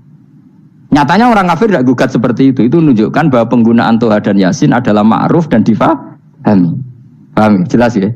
Ya soal nanti ikhtiyat, ya ikhtiyat saja kita ikhtiyat. Paham ya? Tapi tetap difahami apa? Tetap difahami. Buktinya jelas kan Toha ma anzalna alaika, berarti diganti saja apa? Ya Muhammad ma anzalna alaika al-Qur'ana litasqa. Pun jelas ya. Wal Qur'ani demi Qur'an al-Hakimi kang bijak. Ail muhkami tegese kang kuat utawa kang kukuh. Kukuh maknane indah bi aji binasmi kelawan keajaibane susunan wa badil ma'ani lan keindahane makna. Innaka saat temene sira ya Muhammad wa Muhammad lamnal mursalin setengah sangking wong sing diutus. Sungguh termasuk wong sing diutus Allah. Ora sekedar diutus ala siratin kowe ngatasi jalur to dalan mustaqimin kang jejeg. Uti alai mutalikun ta'aluk bima perkara kobla kang sedurunge iki dawuh. Ayatorikil anbiya tegese kowe iku sesuai dalane para-para nabi kobla ka sedurunge sira. Manane torikil anbiya ya tauhid tegese tauhid wal huda lan petunjuk. Wa taqidu tinau kiti bil qasami klan qasam wa khairi lan liyane qasam ngrad niku nolak liqauli kufari marang pengucape wong kafir lagu maring nabi wong kafir komentar ning nabi napa lasta mursala Muhammad iku ora rasul. Terus Allah jawab innaka laminal mursalin. Tanzilal azizi kang kowe iku dadi rasul mergo entuk turunan untuk keturunan Quran sing aziz sing tanzilal azizi kang Quran iku dadi sesuatu sing diturunno Allah sing aziz. Fi mulkihi dalam kerajaannya wa ar-rahimi kang welas fi khalqihi lan makhluk Allah. Utai lafat tanzil wa khabar mubtada Ya karena Imam Suyuti baca tanzilu sehingga dia nerkepnya mubtada. Tapi kira kita kan baca apa? Tanzila. Makanya saya berkali-kali ngaji itu sama guru. Imam Suyuti dia itu bacanya tanzilu, makanya dia nerkep jadi khabar. Sementara kira kita tanzila, maka kita nerkep jadi maf'ul mutlaq. Paham ya? Makanya kamu enggak usah bingung lagi kok. Jadi khobar padahal macane tanzila. Utawa bingung mergo ora paham pilihane loro tok. Ya. Jadi yang jelas Imam Suyuti itu kadung milih rofa, makanya dia nerkep khobar. Paham ya tanzilu, makanya dia nerkep apa? Khobar. Kalau kita baca kan tanzila, maka itu maf'ul mutlak atau nyimpan kata amdahu. Ayil Qur'an itu kese Qur'an. Khobar mubtada'in muqaddarin. Apa sing kang aran tanzilul aziz ya Qur'anu tentu Qur'an. Qur'anu tujuane ditungdira supaya ngekeki peringatan sira bil Qur'an kauman ing kaum muta'alikun bitanzil. Mau zira kang ora dikeki peringatan sapa abahum bapak-bapak wong akeh elam yung zaru. Tegese ora dikeki peringatan sapa akeh fi zamanil fatra ing dalam zaman fatra. Ya jadi Quran itu gunanya ya membuat logika yang benar supaya orang itu menghindari kesalahan. Jadi menakut-nakuti itu kalau enggak harus tentang neraka. Takut dari kesalahan, takut dari kebodohan. Kan kita juga takut kan punya pemimpin yang salah, takut punya kasus, takut kepleset. Ketakutan tidak harus dari neraka. Makanya saya berkali-kali bilang, saya sering dulu dinasihati Mbah Mun, aku pengen alim, ojo sering maca tafsir, mari goblok dari Mbah Mun. Maksudnya mari goblok itu gini, mufassir itu manusia, kadang dia itu satu ayat umum, dia mendiktekan ke satu kasus, padahal kasusnya lebih umum. Makanya berkali-kali sama nani umpama ini, contohnya ini, karena nanti itu mengikat. Misalnya gini ya, saya ulang lagi ya, dan gayamu kayak wong alim. Kayak ini insya Allah barokah sekali. Tapi rasa Arab Lailatul Qadar biasa wae. Ora kelas e, ben sing tok Lailatul Qadar ben wali-wali wae, kene entuk cipratane wis napa cukup. Lah wong traweh arang-arang ya njaluk. Iya kalau kita mintanya dianggap Allah minta, kalau dianggap ngelama. Coba andekan kapasitas Anda itu RT, minta jadi presiden, itu ngelama apa doa? Tidak, jawab saja. Ngelama. Jatah kamu untuk azab, kok jaluk Lailatul Qadar, itu ngelama apa Anda? Mestinya jalukmu orang untuk azab, itu bagus sih. Paham ya?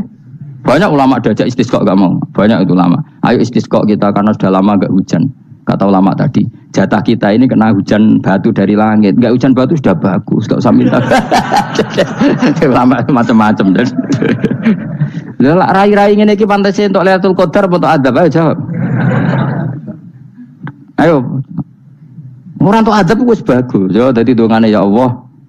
Ampun jenengan siksa la tu akhidna. La tu akhidna maknane njuk Lailatul Qadar apa ora disiksa? Ya makam kita itu masih Rabbana la tu akhidna. Iku supaya gak disiksa innasina waqtuna kalau kita salah. Kowe kan gak kalau. Wah sudah salah. Jadi donga innasina akhtana sange apikane pangeran wae ditambahin kalau kita salah. Kalau kita kan sudah tidak kalau lagi sudah. Sudah jelas salah berkali-kali lagi. Mbok wong diisin. Yo lak jaruk Lailatul Qadar gak diisin. Tapi oleh wong pangeran apian. Pangeran kan tapi misalnya pangeran ora aku luwe apian timbang aku. Jadi sowe disahno permintaan. Tapi gak dikabulno. Mau disahno Tapi ra usah apa? Di sana iku iman jalin jeneng goblok piye meneh, macam-macam. Makanya doa paling fair itu ya Rabbana dzalamna anfusana wa lam taghfir lana wa tarhamna lanakunanna. Makom kita itu di sepuro pangeran. Sing bener donga wong traweh-traweh lho ning Tuban ning Jogja wis bener apa innaka afuwun karim tuhibbul afwa fa'fu anna. Ora ana guru-guru kita donga ya Allah anilna lailatul qadar ya Allah. Ka ora sarahku kiye-kiye kita ora ana ngajarno ngono ya Allah innaka afuwun karim tuhibbul afwa fa'fu anna. Jenengan kandat sing kathah nyepurane lan seneng nyepuro himpun jenengan sepuro. Iku wis bagus sudah bagus. Lailatul Qadar gresuk ndelok srengenge. Terus ndelok angin. Angger daerah Gunung Kidul banter terus anak-anak. Boy wong tahu diri, maksud kula nggih tetep minta Lailatul Qadar tapi tahu diri. Misalnya suwe bar sedekah, puasa bar salat 1000 rakaat terus utang mesti sahur. Ambek togo-togo sing mbok dolimi jaluki sepuro. Pas kowe tenan mergo ngrasa ora dolim nduk Lailatul Qadar. Tapi kira ngrasa ra dolim wis ujub sombong. Wong sombong ora berhak meraih. Lah terus piye Gus? Ora piye-piye biasa wae, pokoke biasa wae. Makom kita ku ora kena adab itu sudah luar biasa. Ora penuh adab piye. Wis ngene iki wis luar biasa, napa? Luar biasa. Mbon nang ngandel kula, mesti ngene iki wis keadaan seperti ini terus. Soale dongane wae Rabbana la tu'akhidna in nasina wa akhtana. Itu tadi itu sudah luar biasa. Nah, ini kan teruskan dawuh Mbah Mun ya. Misalnya Allah bilang gini, fattaku, maka takutlah kamu. Biasanya mufasir ditambahi minan nar, maka takutlah kamu masuk. Sebetulnya yang perlu dihindari dari kita takut itu ya, takut salah, takut bodoh, takut terdolimi, takut mendolimi orang lain, takut hidup tidak ada gunanya. Tapi mufasir tentu milih yang populer, takutlah kamu dari api neraka. Coba misalnya gini, kita nanti masuk surga. Kemudian zaman di dunia kita tidak pernah berkampanye ya atau berkontribusi untuk agama Allah. Cara saya itu izin. Kata Imam Malik, saya masuk surga. Kemudian orang yang mencintai saya masuk surga itu saya malu. Rasulullah juga gitu. Saya sebagai pemimpin umat, saya malu masuk surga. Dan satu dari umat saya masih masuk neraka. Jadi ulama dulu tuh ketakutannya bukan sekedar masuk neraka, takut malu, takut bodoh, takut keliru, takut. Saya misalnya nanti masuk surga itu malu dengan saya tidak pernah ngajar tafsir Jalalain. Malu saya. Karena kalau tanya Allah, kenapa bu swarga? Terus di luar swarga. Tapi kalau pernah baca tafsir Jalalain kan anak keren. Keren artinya saya pernah mengkampanyakan Quran, pernah mengkhidmai Quran, pernah ngitmai kita mengkoya Allah. Saya pernah ngitmai umatnya Rasulullah, yaitu sampean kabeh. Pernah mulang, pernah sowan. Saya tiap bulan sowan jenengan gak sopan tapi. Mulane kira usah bales sowan rono malah ganggu aneh-aneh. Kadang santri yo pidol, wis diulang cek sowan. Orang itu kiai kalau sudah di rumah itu milik keluarga biar fair. Bermulang cek assalamualaikum. Terus kiai ini kagok keluargane ku kapan? Mbok mikir bocah ora karo-karuan. Jadi seneng yo di ilmoni, napa seneng yo di ilmoni. Saya ulang lagi ya. Nah, kata yang ditafsir itu sering tidak mengikat. Makanya kata Mbah Mun, baca tafsir itu dikurangi. Maksudnya dikurangi itu bukan apa-apa. Maksudnya tadi kalimat yang ditafsir itu tidak mengikat. Yang mengikat itu yang kalimat di Quran. Nah, kalimat Quran itu umum, napa? Misalnya gini, Allah lalu gini, i'dilu, kamu harus berbuat adil. Lalu adil itu misalnya mufasir menafsir, adil itu menyamakan di antara dua orang konflik. Misalnya di MK 01 dan 02 dianggap sama, itu namanya adil. Itu kan dawai mufasir. Atau misalnya gini, Allah bilang gini ke saya, hak kan ada di kiai sing adil. Terus adil ditafsiri orang, adil itu menyamakan sesama murid, haknya sama. Nah, tapi bisa saja adil itu di luar itu semua. Misalnya gini, ternyata adil menurut Allah gini, adil maknanya seimbang, apa? Adil itu maknanya apa? Seimbang. Lalu keseimbangan seorang hamba adalah dia ingat Allah lebih banyak. Karena ini bandul yang benar-benar nyata. Allah itu nikmatnya nyata. Sehingga ketika saya sebagai orang alim, ingat saya alim itu karena Allah, dikasih ilmu Allah, dikasih cerdas Allah, dikasih semuanya dari Allah. Sehingga saya itu tidak merasa kumuluhur pada kalian, karena semua ini dari Allah. Kemudian Allah sendiri yang memerintahkan, kamu harus mengajar. Maka saya ada arep-arep salam templek sampeyan, penghormatan sampeyan, apresiasi sampeyan, karena saya hubungannya hanya dengan Allah Subhanahu wa Ta'ala. Itu namanya adil, meletakkan sesuatu proporsional. Itu juga adil namanya. Makanya seseorang itu enggak bisa dikatakan abid selagi belum tahu kalau ibadahnya minallah.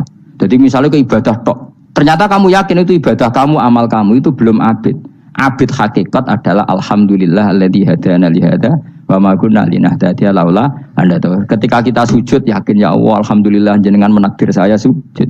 Saya salat alhamdulillah engkau menakdir saya salat. Sehingga minallah dulu, pikiran itu semua kebesaran kebenaran ini minallah dulu. Baru setelah minallah kita yakin billah. Setelah billah juga yakin ilallah. Misalnya gini ilallah itu. Setelah saya ngajar tafsir Jalalain, kepentingan saya satu, hamba-hambanya Allah menjadi tambah mencintai Allah. Tidak mencintai saya, enggak penting sampean mencintai saya. Makanya Imam Syafi'i tiap ngajar bilang begini, waditu annal khalqa ta'allamu hadal ilma wala yahmadunani. Saya senang kalau kalian belajar fikih sama saya, tapi kamu enggak usah muji saya. Jadikan fikih ini alat taqarrub kamu kepada Allah. Itu namanya minallah wa ilallah. Itu adil. Tapi adil yang dijelaskan ulama beda-beda tadi. Ada mengatakan adil adalah proporsional antara murid, antara keluarga dan murid. Meskipun kamu senang mulang, jangan merantarkan keluarga, itu udah adil. Itu kan versi, no? Maksudnya Mbah Mun, kamu jangan terjebak versi-versi dalam tafsir. Paham ya? Karena Allah hanya ngendikan i'dilu wa aqrabu. Paham ya? Tapi kan penjelasan adil ini orang versi. Paham ya? Ada yang nulis adil adalah meskipun mimpin masyarakat ya ingat keluarga. Karena sing tukang wayo kan nafsirin adil adalah karena laki tidak cukup istri satu maka ya kan yo repot kan. Tapi kalau kadung istrinya 3 atau 4, adil adalah harinya sama meskipun janda dan perawan. Jari sing lanang gak adil adalah proporsional. Sing wis suwi dikumpuli dikurangi. Yang baru ya mungkin kabeh enggak kalau nuruti. Mungkin enggak? Ya, tapi itu kan versi, kenapa? Maka kata Mbak Mun itu memang saya itu merasakan, saya sebagai mufassir merasakan memang saya kan sering baca Jalalain beda dengan tafsir Munir, nanti beda dengan tafsir Qurtubi. Saya beri contoh misalnya. Dan kamu pasti salah jawab ini. Kalau kamu benar berarti ya alim tenan.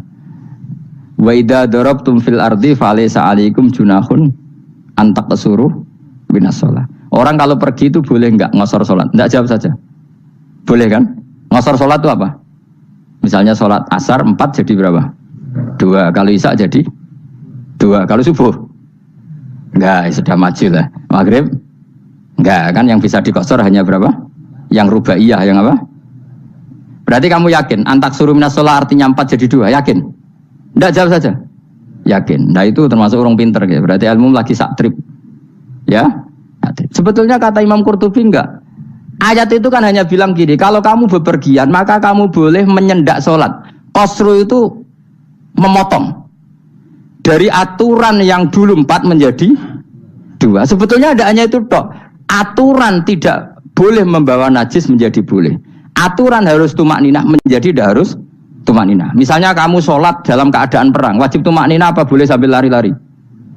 Boleh sambil lari-lari. Boleh gak ketika perang kamu sholat sambil menghadap tidak ke kiblat? Boleh. Makanya antak suruh minas sholat maknanya apa? Jika kamu pergi maka dalam konteks itu kan perang ya. Ayat itu memang konteksnya perang. In khiftum ayyaftinakumul ladzina kafar. Jika kamu dalam keadaan perang maka boleh memangkas apa yang pernah wajib dalam aturan sholat. Paham ya? 4 menjadi 2. Keharusan menghadap kiblat menjadi tidak wajib. Membawa najis sholat sah enggak? Enggak kan? Tapi kalau dalam perang kemudian pedang kamu ada najisnya, boleh dibawa enggak?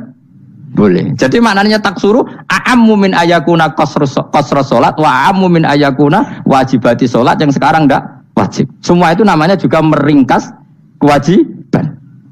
Berarti maknanya nih, jika kamu dalam keadaan perang maka boleh memangkas sesuatu yang dulu wajib menjadi tidak wajib, yang dulu haram menjadi boleh. Tapi mufassir mencontohkan qasru salat hanya 4 menjadi 2. Dong ya. Oh ya, nangke alim ngono tenan wis dokter tafsir sah. Engko tak iku sudah dhewe. Tapi ora perlu orang lain ngakui. Jadi itu contoh kecil. Jadi mufassir karena kebetulan dia tahunya hanya qasru salat itu 4 jadi 2, dia itu. Padahal di tafsir lain diterangkan qasru itu artinya menyingkat atau mencendak atau memangkas. Dulu wajibnya sholat itu gak boleh bawa sesuatu yang najis. Tapi kalau sholat dalam keadaan perang dan pedang kamu ada darahnya, boleh gak dibawa? Boleh, bahkan Allah menyuruh dibawa. Dan boleh gak madhep kiblat. Fa in khiftum farijalan auruk banataki fa idza amintum fadhkurullaha kama 'allamakum. Ketika keadaan aman baru sholat sesuai standar. Nah berarti kan ada qasru sholat, ada pemangkasan aturan sholat. Kayak misalnya begini. Dalam keadaan normal, boleh enggak kamu motong pohon pisangnya tetangga tanpa izin? Nggak boleh kan. Tapi misalnya ada banjir bandang, kemudian kamu bisa selamat kalau motong itu wajib izin apa malah haram izin? Haram izin, harus kamu langsung potong karena kalau tanpa begitu kamu dan yang punya wajib meridhoi. Kalau nggak meridhoi disalahkan syarak malah. Paham ya? Jadi ini penyolongan yang wajib. Tapi tak sebab potong kayak ngelangiin terus gedangnya bepangan itu berlebihan. Karena Allah memaklumi hanya untuk ngelangi. Jumlah harus menisan lah itu di luar izin syariat apa? Di luar izin syariat itu melampaui batas itu. Syaratnya boleh itu ghairu baghiw wala adfamani turra itu darurat syaratnya ghairu baghiw wala dan tidak boleh melebihi batas. Ora ape ngetok gedangnya jupuk sik sing mateng dipangan terus diketok. Ora oleh. Paham jelas ya. Makanya kalau ngaji tafsir ya saya kan berkali-kali ada makna di tafsir Imam Suyuti saya tambahi umpamanya ini. Maksudnya umpama itu supaya contoh itu tidak mengikat. Jadi yang disebut beliau itu satu dari sekian potensi ribuan contoh. Ya kayak tadi misalnya antak suruh minas sholah. Itu umumnya ulama membayangkan qasrul sholat yang 4 jadi 2. Padahal enggak, maknanya meringkas aturan dari wajib menjadi tidak wajib. Bahkan sebagian aturan itu dikatakan haram, tidak haram. Itu tadi misalnya bawa najis atau teman kamu mau dibaca orang kafir terus kamu bilang, hei hati-hati, itu tidak batal kalau dalam sholat siddatil khauf. Paham ya? Jelas? Semaju lah. Malam terlikur, lelatul. Aku is gumen be wong-wong bingung ora ilmune wong-wong. Ma ungzira abahum alam yung daru tegese ora den kai wedi sapa ngangge fi zamanil fatrah ing dalam zaman fatrah. Ya sama seperti ini. Orang tidak mendapat ingdar itu fi zamanil fatrah, zaman enggak ada rasul. Tentu tidak hanya itu tok.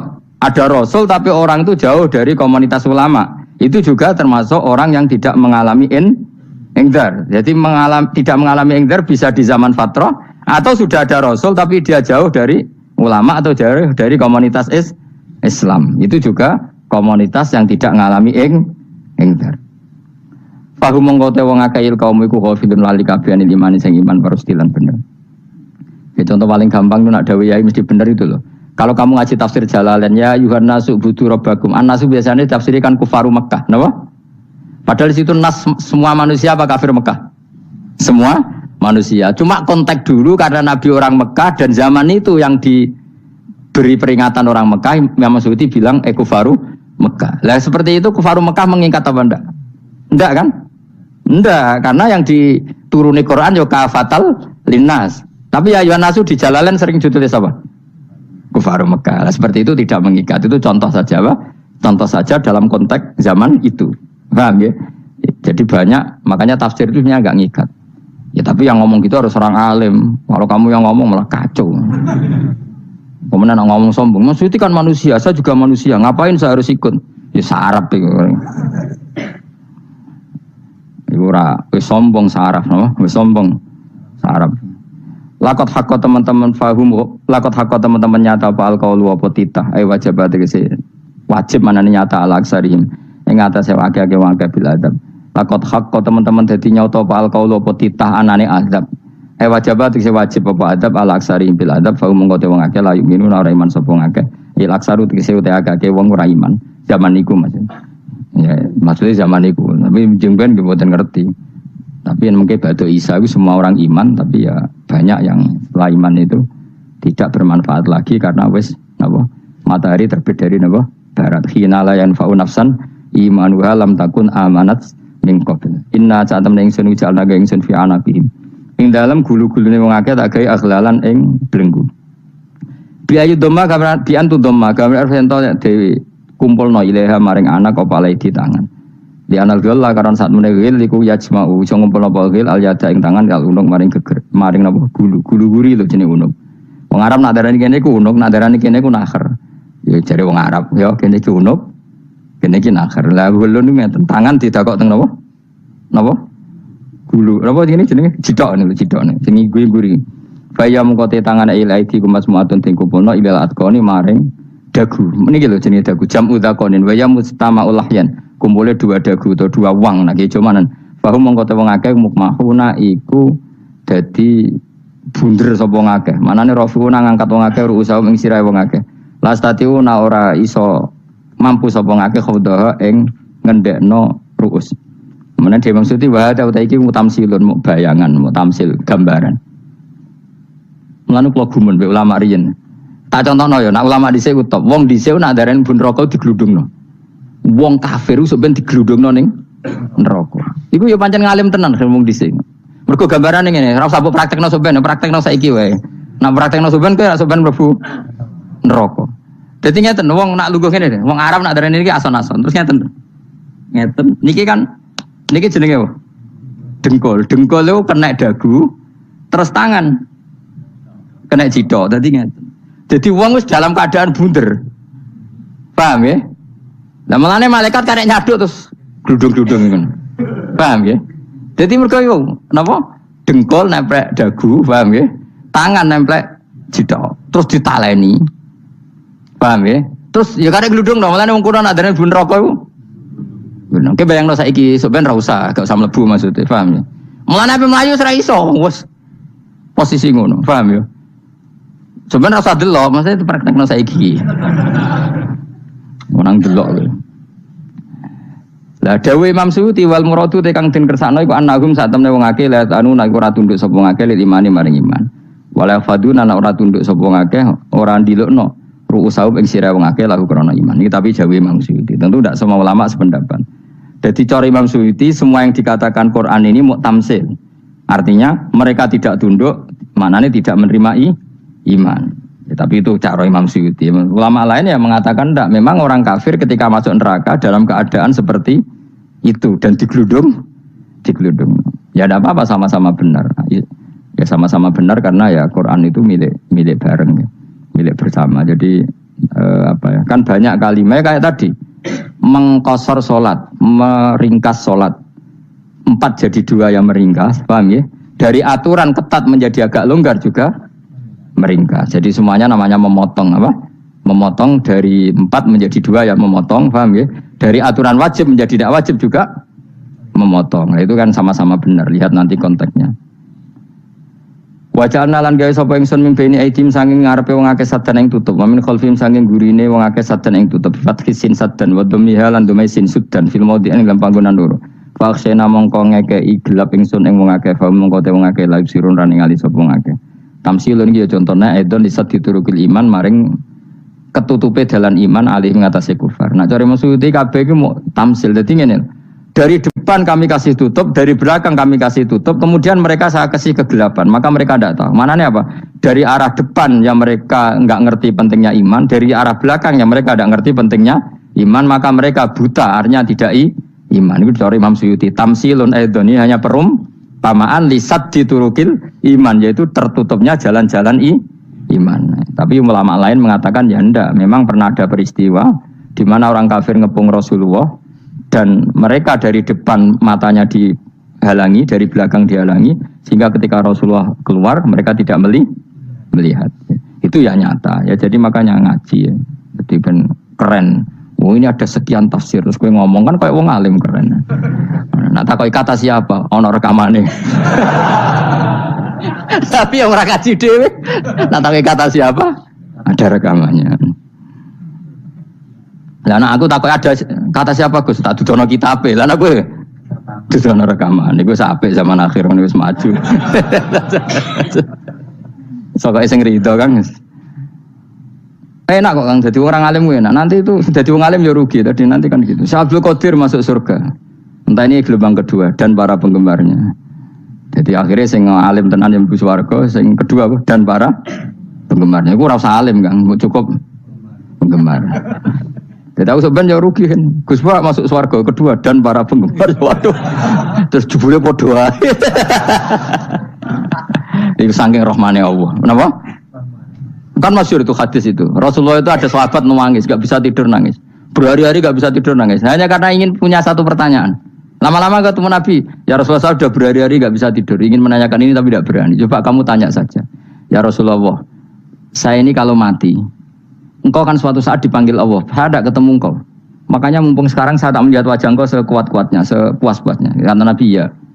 Terus, kenapa? Ya kalau engkau di surga, saya di neraka kan enggak ketemu lagi. Atau kalaupun engkau di surga kan kelasnya beda, kan enggak ketemu lagi. Jadi kemungkinan dua-duanya itu enggak ketemu. Karena tadi bisa aja ya, artinya Nabi karuan di surga, saya di neraka tidak ketemu. Atau engkau di surga, saya di surga pun beda kelas, ya nggak ketemu. Terus kata Nabi, tidak begitu aturan mainnya. Almaru ma'aman ahabba. Orang itu sesuai yang dia orang bersama orang yang dicintai. Jadi ya saya harus ikhlas kalau kamu saingin nanti. Ya, takdir no. Wasawana ni podo kali mengatasi mengakai angker tau itu ngekei peringatan sirah gumeng wangga kita kikil hamzatin angker ta. Wa dari saniyati alifan angker ta humata sili ala nasil hamzah wa itu khali alifan wa pun alif final musahalan dan hamzah sing ditasil wa ukhralan ya wa tarki lan tinggal itu khali. Amlam tungzirhum wong ra wis bakat kafir mbok elingno cek rambu elingno tetep layu minun ora gelem iman. Lah sing iman iku sapa inama tungziru ang mestine ngelingno sira. Maksude yan fa'u tegese manfaat iku ing daruka peringatan sira. Peringatanmu manfaat man ing wong ittaba kang anut sapa man adzikra ing Qur'anil Qur'an tegese Qur'an. Wa khasyi'alan wedi sapa man ar-Rahman ing Allah Rahman bil ghaibi padahal ora roh pangeran. Ya khofa tegese wedi sapa ing Allah toh walam yara ora ningali sapa wong ing Allah. Nane bil ghaibi itu apa? Takut Allah dalam keadaan toh dia tidak melihat Allah langsung. Mereka tak tafsiri bil ghaibi barang gaib. Barang gaib ning Indonesia terjemahannya hantu. Melihat alam gaib itu maknanya apa dalam bahasa Indonesia? Hantu. Mulane bil ghaibi rata terjemah apa? Ya namanya ini wa khasyalan wedi sapa wong ar-Rahman ing Rahman bil ghaibi padahal dene ora roh langsung. Ya ora usah diterjemah ya. Terjemah dadi apa? Barang gaib malah repot. Fabasiru monggo ngekeki berita gembira sira ing man bimaghfiratin kelawan pengempuranan wa ajrin dan ganjaran karimin kang terhormat.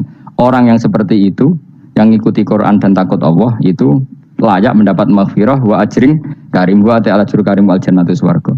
Inna satamna ingsun wa nahnu ya ingsun iku nuh nguripno ingsun al mauta ing wong sing mati libasi krana pas. Wa naktu bulan nulis ingsun fil lauhil mahfuz ma ing apa wae kodamu kang nglakoni sapa ngake fi hayatihim. Di lauh mahfuz apa yang pernah kamu lakukan ditulis min khairin kaapian wasari dan kaelean li yujazau supaya diwales sapa ngake alih ing atase iki. Wa atharahum lan yo tak tulis bekas-bekas kelakuanem. Matek saya perkara ustuna kang digawe sunah apa bima badam sak usah ngake. Jadi perilaku kamu ditulis setelah kamu mati ya masih ditulis, yaitu bekas-bekas sunnah kamu yang pernah kamu lakukan. Jadi misalnya kok penemu judi, selama ada orang judi ya kamu dapat, paham ya? Paham ya? Loro gak ya? Makanya ulama ngendikan dulu tubalil amwat, tubaliman mata wa matat ma'ahu dunubuh. Bejo wong mati kemudian dosa-dosanya melok mati pisan. Maknanya dia mati dalam keadaan tidak pernah melahirkan sunnah keburukan, paham ya? Tapi bejo wong sing mati kemudian dia meninggalkan sunnah kebaikan yang diikuti terus. Kok sampean ini lho bener. Gak paham jalan lah, nggo jalan ngatur ngaji. Sehingga sebenarnya anak gak paham lah ya gowo. Lho kok gowo jalan cung dhisik bapak ra paham lah ya gowo. Itu sudah bagus. Apa? Bagus. Berarti pokoknya anut anak ya anut.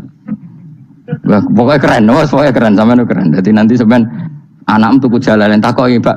Kok tuku jalan dhisik bapak aku ning lemari iki ono jalan. Lah tapi dhisik bapak paham yo ora paham padha. Wes stop, stop. Jelas ya gitu. Wanak tubuh mangkodamu wa atharoh. Makanya sisa-sisa amal kita, bekas-bekas amal kita semuanya adalah ditulis sampai Allah Subhanahu wa taala. Mulane kula kepengin jenengan nate syukuran, pisan-pisan nate syukuran. Pertama anak kita bisa sholat. Guling-gilingan banyak orang syukuran perkara ulang tahun. Kenapa pertama anak kita bisa sholat kita tidak pernah apa? Syukuran. Padahal sholat itu yang menjadi identitas anak kita, kehambaannya ila yaumil kiamah. Boyo orang itu gitu. Sehingga nanti anak kita itu senang sekali. Itu saya itu kalau agak marah, itu anak saya yang paling kecil, baru umur 6 tahun. Itu tahu-tahu bilang, Pak saya sudah sholat. Karena dia tahu, saya itu paling terhibur kalau ada berita sudah sholat. Jadi itu penting supaya orang itu tahu orientasinya bapak itu sholat. Jadi jangan sampai terus anak kita kalau ulang tahun syukuran, tapi pas sholat kita dingin-dingin saja. Lama-lama anak kita berperasaan sholat itu tidak penting. Buktinya apresiasi bapak biasa saja. Itu contoh kecil. Sehingga nanti tertanam, anak kamu tertanam, nanti cucu kamu tertanam. Jadi itu namanya asar, apa? Asar. Jadi harus seperti itu. Jadi ya itu namanya asar. Makanya Nabi Ibrahim nggak berani minta uang sama Allah. Minta rezeki gak berani. Tapi kalau dia menyebut sholat dulu baru berani. Rabbana liyuqimus sholat faj'al afidatam minan nas tahwi ilaihim warzuqhum, kata Ibrahim, supaya mereka kuat sholat ya Allah. Enggak apa-apa kamu kasih makan supaya kuat sholat. Karena kalau Nabi Ibrahim hanya berdoa, ya Allah kasih mereka makan. Nah, gue zino, gue demenan, gue judi. Nabi Ibrahim melok dosa. Makanya dimulai Robbana liuqimus sholat supaya mereka kuat sholat ya Allah. Enggak apa-apa mereka kasih makan. Tadi supaya di sholat jadi pokok. Kenapa kita makan? Supaya kuat sholat. Andai kan Ibrahim hanya berdoa supaya kasih makan mereka. Kemudian kekuatan itu dipakai maksiat. Ibrahim kan ikut dosa. Itu sirinya kenapa doanya Robbana liuqimus sholat ya. Jadi kata liuqimus sholat didahulukan, apa? Supaya mereka kuat sholat. Maka kasihlah makan, kasihlah rezeki. Jadi supaya sholat jadi pusat orientasi. Itu harus dilatih. Ya tentu kamu ngelatihnya ya sidik-sidik. Wong anake sapa kan gitu. Tapi ini kan cerita aja. Maksudnya orangnya biasa wae. Maksudnya iku mau cerita. Kowe gelo ya monggo. Terus mutung ra ngaji ya monggo, gampang. Kowe ra ngaji, wae golek murid kok kowe gampang. Kowe golek guru kaya aku kangelan. Ya maksudnya sing gelem ngalah teko ini kan. Oh, liane larang kang nyewane. Wa asarohum lan bekas-bekasnya mereka. Makanya ketika Ahmad bin Hambal itu ahli hadis karena selagi riwayatnya dia dipakai orang tahu Rasulullah itu karena ahli hadis. Bener sing paling hebat tentu qala Rasulullah. Tapi apa artinya qala Rasulullah kalau enggak diriwayatkan ulama dari ulama sampai kita? Tapi apa artinya sampai kita nak gak ono sing ngalahi maca ngene iki. Buruhno maca ngene. Paham nggih? Ayo jajal ke tuku kitab Musnad Ahmad. Nak ra roh gudi larang ngono tok. Mergo ora ono sing maca ra roh isine, paling kenangan apa? Gudi larang. Tapi baru kayak ono sing maca kemudian bisa. Ini juga asar. Sebenarnya kowe oleh niru nek aku mati ngorek jalale. Oleh niru. Tapi aja niru sesate. Kok nang dadi ra karu-karuan. Jari Imam Suyuti lho. Tafsirku dadi ngono piye. Oh dadi rusak kabeh. Wa atharahum mastun nabihi ba'dahu. Kalau suwun nggih dilatih kalau anak-anak sampean mulai bisa sholat, tunjukkan kalau Anda senang lewat syukuran atau lewat apa. Ya harus besar-besaran. Tunjukkan kalau kamu mengapresiasi secara senang karena itu identitas kita. Apa identitas kita? Wa kullu shay'in ing saben-saben perkara. Nasobahu bi fi'lin fasir utawa nasbuhu ta nasabe lafat kullu shay'in bi fi'lin lan fi'il yufasir. Nasbuhu ta nasabe lafat kullu shay'in bi fi'lin lan fi'il yufasiru kang nafsiri ing fi'il apa dawa ahsainahu. Ahsayna kullu shay'in ahsayna. Berarti namanya wa kullu shay'in lan ngitung ing saben-saben perkara. Jadi begini, ada cerita kiai yang saya paling nggak suka, tapi saya harus mendengarkannya cerita kiai. Tapi saya nggak suka, tapi harus didengar. Ada 4 orang itu soleh semua, baik semua. Pas di pintu surga itu berdebat. Kata yang paling miskin, saya dulu karena fadilahnya orang miskin itu keren, nggak ada yang bisa dihisap karena nggak punya apa-apa, mau diaudit apanya. Kata yang kaya, ya saya dulu karena bisa nyumbang pondok, nyumbang macam-macam itu saya. Kata yang tadi kata Gus Yofur, patriotik, saya karena saya yang pejuang. Nah, kiai itu biasanya diem aja karena ngomong itu serba salah. Akhirnya malaikat Jibril, ini cerita kiai. Kamu boleh nggak percaya juga nggak apa-apa kan, nggak wajib diimani cerita ini. Juga tidak merugikan saya, kamu percaya tidak percaya. Malah kalau percaya ngundang lagi merugikan saya. Kata Allah, coba Jibril itu kamu leret. Orang fakir, kamu tahu fadilahnya keutamaan orang fakir kata siapa? Kata Pak Kiai. Orang kaya, kamu tahu keutamaan dermawan kata siapa? Kata Pak Kiai. Para pejuang, kamu tahu fadilahnya patriotik itu kata siapa? Kata Pak Kiai. Sudah, jangan mendahului Pak Kiai. Pak Kiai dulu yang masuk surga. Tapi Kiainya itu gampang, nggak berani masuk. Ditanya sama malaikat Jibril, kenapa kamu nggak berani masuk? Padahal sudah dipersilakan. Masalahnya bangun pondok saya itu ini orang kaya ini. Akhirnya yang masuk 2 akhirnya orang kaya ini karena Pak Kiainya nggak berani melangkahi donatur itu. Akhirnya gerbong semua yang fakir. Lagi-lagi orang kaya itu menang di dunia dan akhirat. Jadi itu guyonan terkenal di para pejabat. Kenapa takut itu? Itu yang nyekolahkan saya. Padahal dia tidak punya pangkat sama sekali. Enggak jenderal, enggak pejabat. Tapi kenapa kamu takut itu yang menyekolahkan saya? Makanya ini penting saya utarakan supaya tadi seperti yang dibaca Quran tadi lah sorqaumum min qaumin. Jadi orang itu enggak boleh saling melecehkan, saling menghina. Saya ini katanya Gus Zofur tadi cerita memang bapak saya, mbah saya itu teman dekat abahnya Gus Zofur, mbahnya itu dekat sekali, sangat dekat, mulai buyut-buyut mungkin. Ya karena saya Gus Zofur, Gus Idror, Gus Rom ini kan Itu tidak Gus naturalisasi, memang Gus beneran dari mbah-mbahnya, buyut-buyutnya sudah. Yang kalah itu sama orang yang iri. Ada teman saya itu bapaknya, kemudian bapaknya itu saya kenal, anaknya namanya Agus saja. Tak tanya, kenapa Pak namanya anaknya Agus? Saya ini dendam, Gus, anak saya gak dipanggil Gus. Akhirnya dinamai Agus, terus semua orang manggil Gus.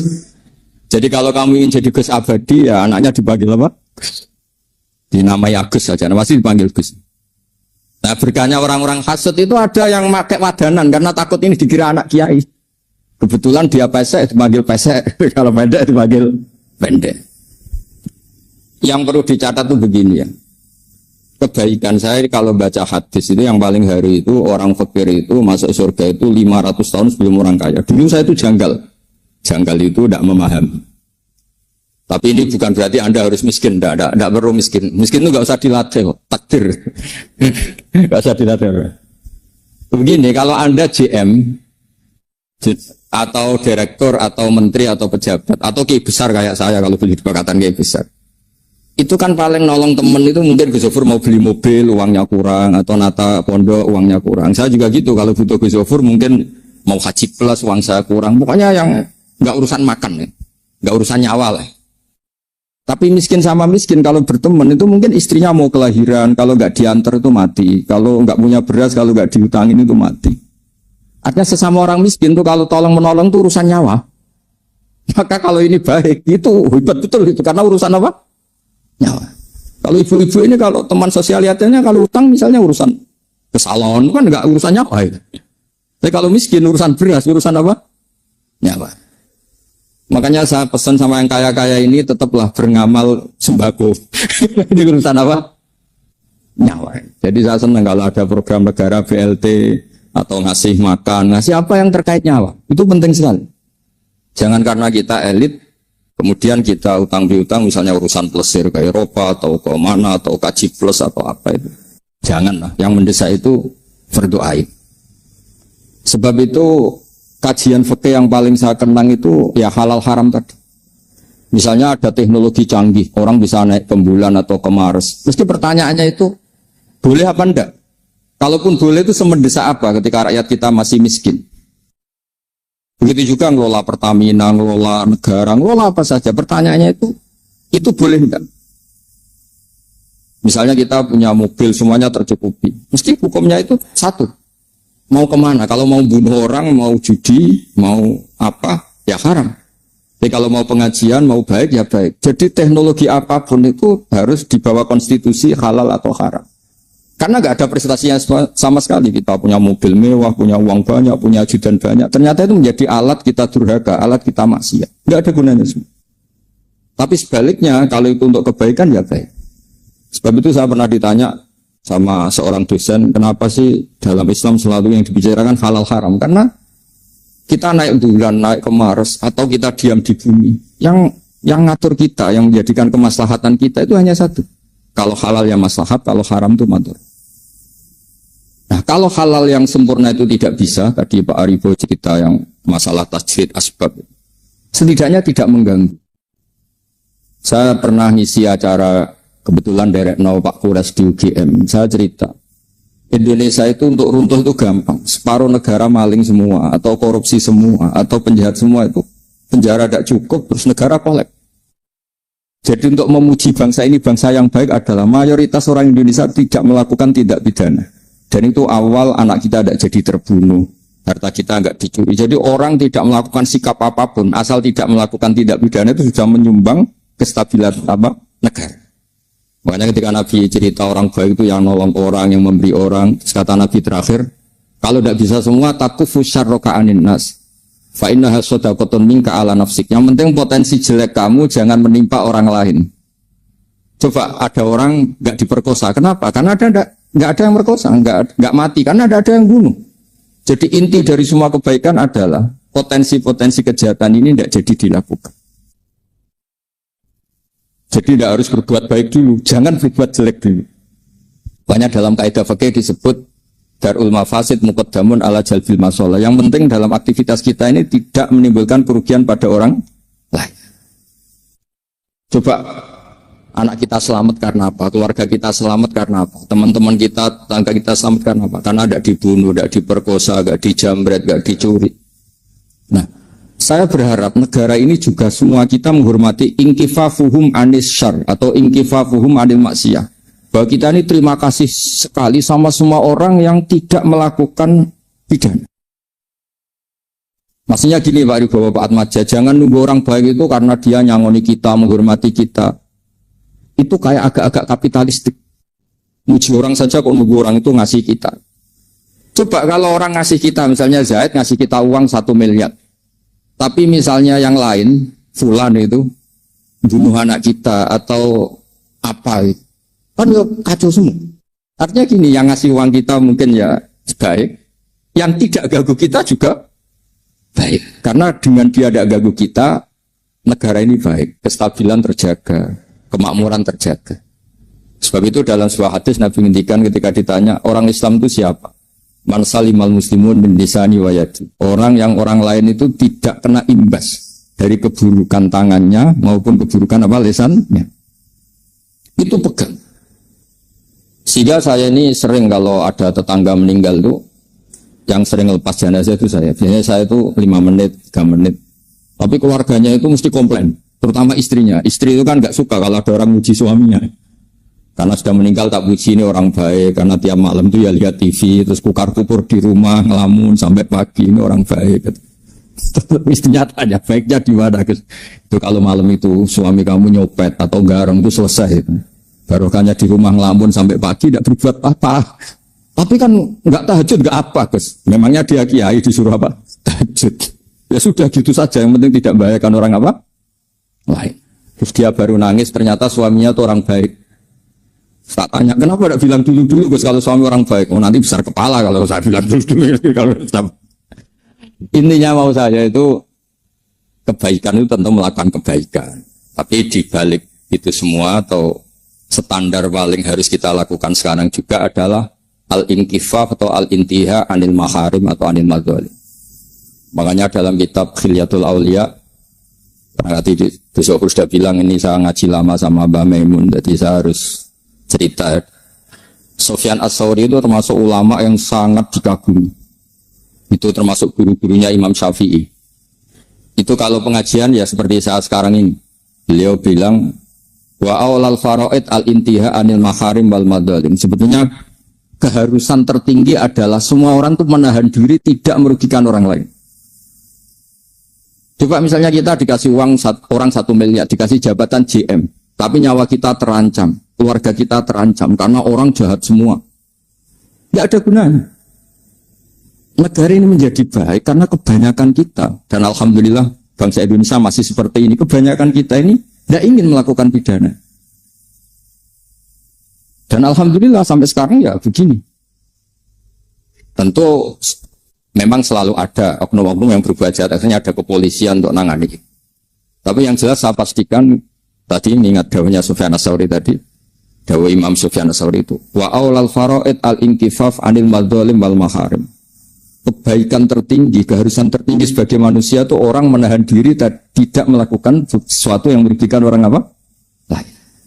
Sehingga jenengan kalau saya sering cerita ini dan saya ulang-ulang nanti sesuai permintaan kita semua nanti mau itu yang kedua Gus Iit karena ini baru latihan nyai jadi memang harus saya dulu.